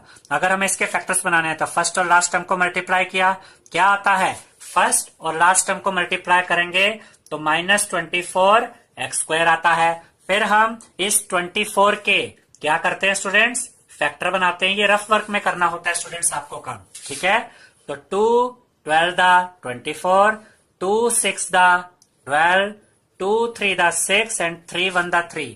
तो हमारे जो फैक्टर्स बने 24 के स्टूडेंट्स वो ये हैं, 2 2 2, 3 बार तो 2 है और एक बार 3 है। देखिए 2 to the 4, 4 to the 8, 8 3 the 24। अब ये जो मिडल टर्म ब्रेक किया जाएगा, स्प्लिट किया जाएगा, वो 2 नंबर्स में बट जाएगा और वो 2 नंबर हमें यही इन्हीं फैक्टर से मिलेंगे। अब बात आती है कि जो 2 नंबर आएंगे उनके साइन क्या होंगे। तो ये बीच वाला साइन बताता है स्टूडेंट्स के जो पहला नंबर आएगा उसका साइन माइनस होगा, और ये दूसरा साइन बताता है, ये वाला साइन, कि जो 2 नंबर आएंगे वो आपस में भी माइनस किए जाएंगे। तो अगर पहला नंबर माइनस है और दोनों नंबर्स को आपस में माइनस ही करना है तो दूसरा नंबर क्या होना चाहिए, प्लस, क्योंकि प्लस माइनस ही तो माइनस होते हैं। अब हमें उन दोनों नंबर्स के साइन भी पता चल गए। अब बात आती है कि वो 2 नंबर्स क्या होंगे। तो यहां पर हम ये फैक्टर्स देखते हैं। देखिए मान लीजिए कि आप ऐसे करते हैं कि 2 to the 4 लिया, एक नंबर आपने अपनी तरफ से सोच लिया 4, दूसरा आपने इन दोनों को मल्टीप्लाई किया 2 3 द 6। अब देखिए इसका साइन हमने पहले ही देखा हुआ है, इसका भी साइन चेक किया हुआ है। अब इनको मल्टीप्लाई कीजिए, 4 6 द 24, माइनस प्लस माइनस हो जाते हैं मल्टीप्लाई में, तो -24। मल्टीप्लाई में तो ये सही आ रहे हैं, लेकिन हमें माइनस करके ये वाली वैल्यू चाहिए थी -5x। क्या 4 में से 6 माइनस करके आपको -5 मिलता है? बिल्कुल भी नहीं, यानी ये तो सही नहीं रहेगा। ये हिट एंड ट्रायल मेथड होता है स्टूडेंट्स, आपको ट्राई करके देखना होता है कौन से 2 नंबर फिट बैठते हैं हमारे सिनेरियो में। मैं फिर बता देता हूं आपको 2 ऐसे नंबर चाहिए जिनको माइनस करके ये वाला टर्म यानी -5x चाहिए और मल्टीप्लाई करके ये वाली वैल्यू चाहिए। तो और कुछ देखते हैं। देखिए 2 to the 4, 4 to the 8। अब आप यहाँ पर -8 रखें क्योंकि पहला टर्म माइनस का आना चाहिए था। बचा क्या, 3, और उसका साइन क्या है, पॉजिटिव। अब देखिए -8 को 3 से मल्टीप्लाई करेंगे, -24, बिल्कुल ठीक आ रहा है। -8 और +3, हमें माइनस करके -5 चाहिए था। 8 में से 3 माइनस कीजिए, 5 आता है, बड़े का साइन माइनस, यानी -8 + 3 हमें -5 पे दे रहा है। यानी हमारे 2 नंबर मिल गए, -8x एंड +3x। तो यहाँ पर हमने ये वाला पार्ट तो एज इट इज उतार लिया, ये x² भी एज इट इज, यहाँ इसको 2 पार्ट में ब्रेक कर दिया, -8x + 3x और -24 एज इट इज। इन दोनों नंबर्स को मल्टीप्लाई करेंगे, यही वैल्यू मिलती है। इनको आप -8x और +3x को सोल्व करेंगे, वापस यही नंबर मिल जाता है। अब देखिए पहले 2 टर्म्स में क्या कॉमन है, इधर भी x है और इधर भी x है। x कॉमन आ गया, ब्रैकेट ओपन कीजिए, इधर x² था, एक x बाहर आ गया, इधर से एक x बचा, माइनस का साइन एज इट इज। इस टर्म में से x तो बाहर आ गया, 8 यहां से बचा, तो जो वैल्यू यहाँ x -8 आ गई स्टूडेंट्स, जो दूसरा ब्रैकेट आएगा उसमें भी वैल्यू सेम आनी चाहिए। अब देखिए x वाला टर्म क्या है, पॉजिटिव। इधर भी देखिए हमारा जो दूसरे जो हम 2 टर्म देखने जा रहे हैं उसमें भी x वाला टर्म पॉजिटिव है, यानी कि हमें अब इसके साइन चेंज करने की जरूरत नहीं पड़ेगी। यहां भी x पॉजिटिव, ये वाला x का टर्म भी पॉजिटिव। तो जब हमें साइन नहीं बदलने होते तो हम पॉजिटिव साइन लगाते हैं। इधर मान लीजिए -3x होता और यहाँ पॉजिटिव x होता, तो मुझे इसके साइन को बदलने की जरूरत होती, तब मैं यहाँ पर माइनस लगाता, लेकिन इस केस में मैंने प्लस लगाया। अब देखिए क्या कॉमन है, 3 और 24 एक टेबल में आते हैं, बिल्कुल 3 की टेबल में, 3 1 द 3, 3 8 द 24। तो यहां से 3 कॉमन आ गया, और तो कुछ कॉमन है नहीं। यहां से x बचा क्योंकि 3 तो बाहर आ चुका है, माइनस का साइन एज इट इज। 24 में से 3 कॉमन लिया, 8 बचा, 3 8 द 24 होता है ना। देखिए दोनों ब्रैकेट्स की वैल्यू सेम आ गई, इसका मतलब हम फैक्टराइजेशन सही कर रहे हैं। और यहाँ पर स्टूडेंट्स हम फैक्टराइजेशन इसलिए कर रहे हैं ताकि ये नीचे वाला पार्ट कट सके। अब देखिए ये 4x एज इट इज। अब यहां से दो फैक्टर मिलेंगे हमें। पहला फैक्टर आधा यहां से उठाएंगे, आधा यहां से x उठाया और यहां से +3। देखिए एक तो हमें x +3 मिल गया। यहां से और यहां से आप एक फैक्टर बनाते हैं। दूसरा फैक्टर जो ये वैल्यू होती है ब्रैकेट की, उसमें से एक वैल्यू यहां रख दीजिए। ये दोनों वैल्यू सेम ही होती है। अब देखिए 4 multiply by x multiply by x -8 multiply by x +3। अब ये x -8 इस x -8 से कट सकता है क्योंकि ये मल्टीप्लाई में था सबके साथ। देखिए यहां से 4x बचा मल्टीप्लाई बाय यहां से x +3 बचा। तो यहां पर जो हमें डिवाइड करके जो आंसर मिल रहा है स्टूडेंट्स, वो आ रहा है 4x मल्टीप्लाई बाय x +3। अब हम इस बेसिक वीडियो का लास्ट एग्जांपल देखेंगे स्टूडेंट्स। नेक्स्ट एग्जांपल देखते हैं। z multiply by 5z² -80। देखिए स्टूडेंट, बाहर जब कोई वैल्यू हो और उसके बाद ब्रैकेट लगा हो तो ये इसके साथ मल्टीप्लाई होते हैं, ठीक है। तो z multiply by 5z² -80 divided by 5z multiply by z +4। ये वाला पार्ट न्यूमरेटर में रखा, ये वाला पार्ट डिनोमिनेटर में रखा। अब ध्यान से देखिएगा, यहां पर ये वाला z अभी हमने फिलहाल ऐसे ही रखा हुआ है। यहां पर देखिए इन दोनों में क्या कॉमन है, 5 और 80 एक ही टेबल में आते हैं, 5 की टेबल में। 5 1 5 5 16 80। आप ये इस तरीके से भी चेक कर सकते हैं। अगर आप इस 80 के फैक्टर्स बनाएं तो देखिए 240 दा 80, 220 दा 40, 210 दा 20, 25 दा 10 एंड 51 दा 5। यानी कि इसमें देखिए एक फैक्टर 5 आ रहा है और यहाँ 5 के टेबल 5 का जो नंबर है उसमें भी तो 5 × 1 होता है, यानी 5 इसका भी फैक्टर है और 5 इसका भी फैक्टर है। तो एक 5 बाहर आ गया। इधर से बचा z² माइनस इधर से बचा 16। ये 16 कैसे बचा, इन सबको मल्टीप्लाई कीजिए जो बच गए हैं। 2 to the 4, 4 to the 8, 8 to the 16। 5 तो यहां से कॉमन आ चुका है, यहां से बचा 16। अगर आप इनको मल्टीप्लाई करेंगे वापस यही वैल्यूज आ जाएंगी। अब देखिए z यहां से 5 कॉमन, ब्रैकेट में z² -16 अपॉन में 5z मल्टीप्लाई बाय z +4।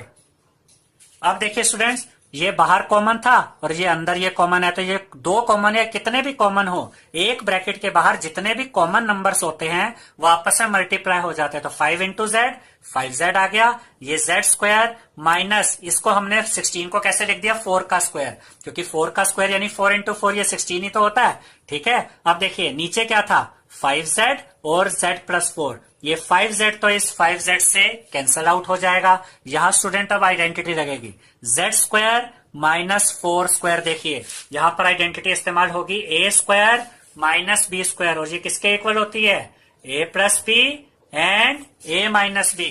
तो z² -4² में हम क्या कर देंगे, यहाँ a की जगह z है, b की जगह 4 है, तो a + b a - b आना चाहिए। z +4 आ गया और z -4 आ गया। देखिए ये दोनों फैक्टर्स हैं, ये आपस में मल्टीप्लाई हो रहे हैं, बीच में कोई साइन नहीं है तो मल्टीप्लाई का साइन है। अब ये z +4 इस z +4 से कट सकता है। अब बचा क्या स्टूडेंट्स, z -4, क्योंकि ये z +4 इस z +4 से कट गया और यहां से बचता है z -4।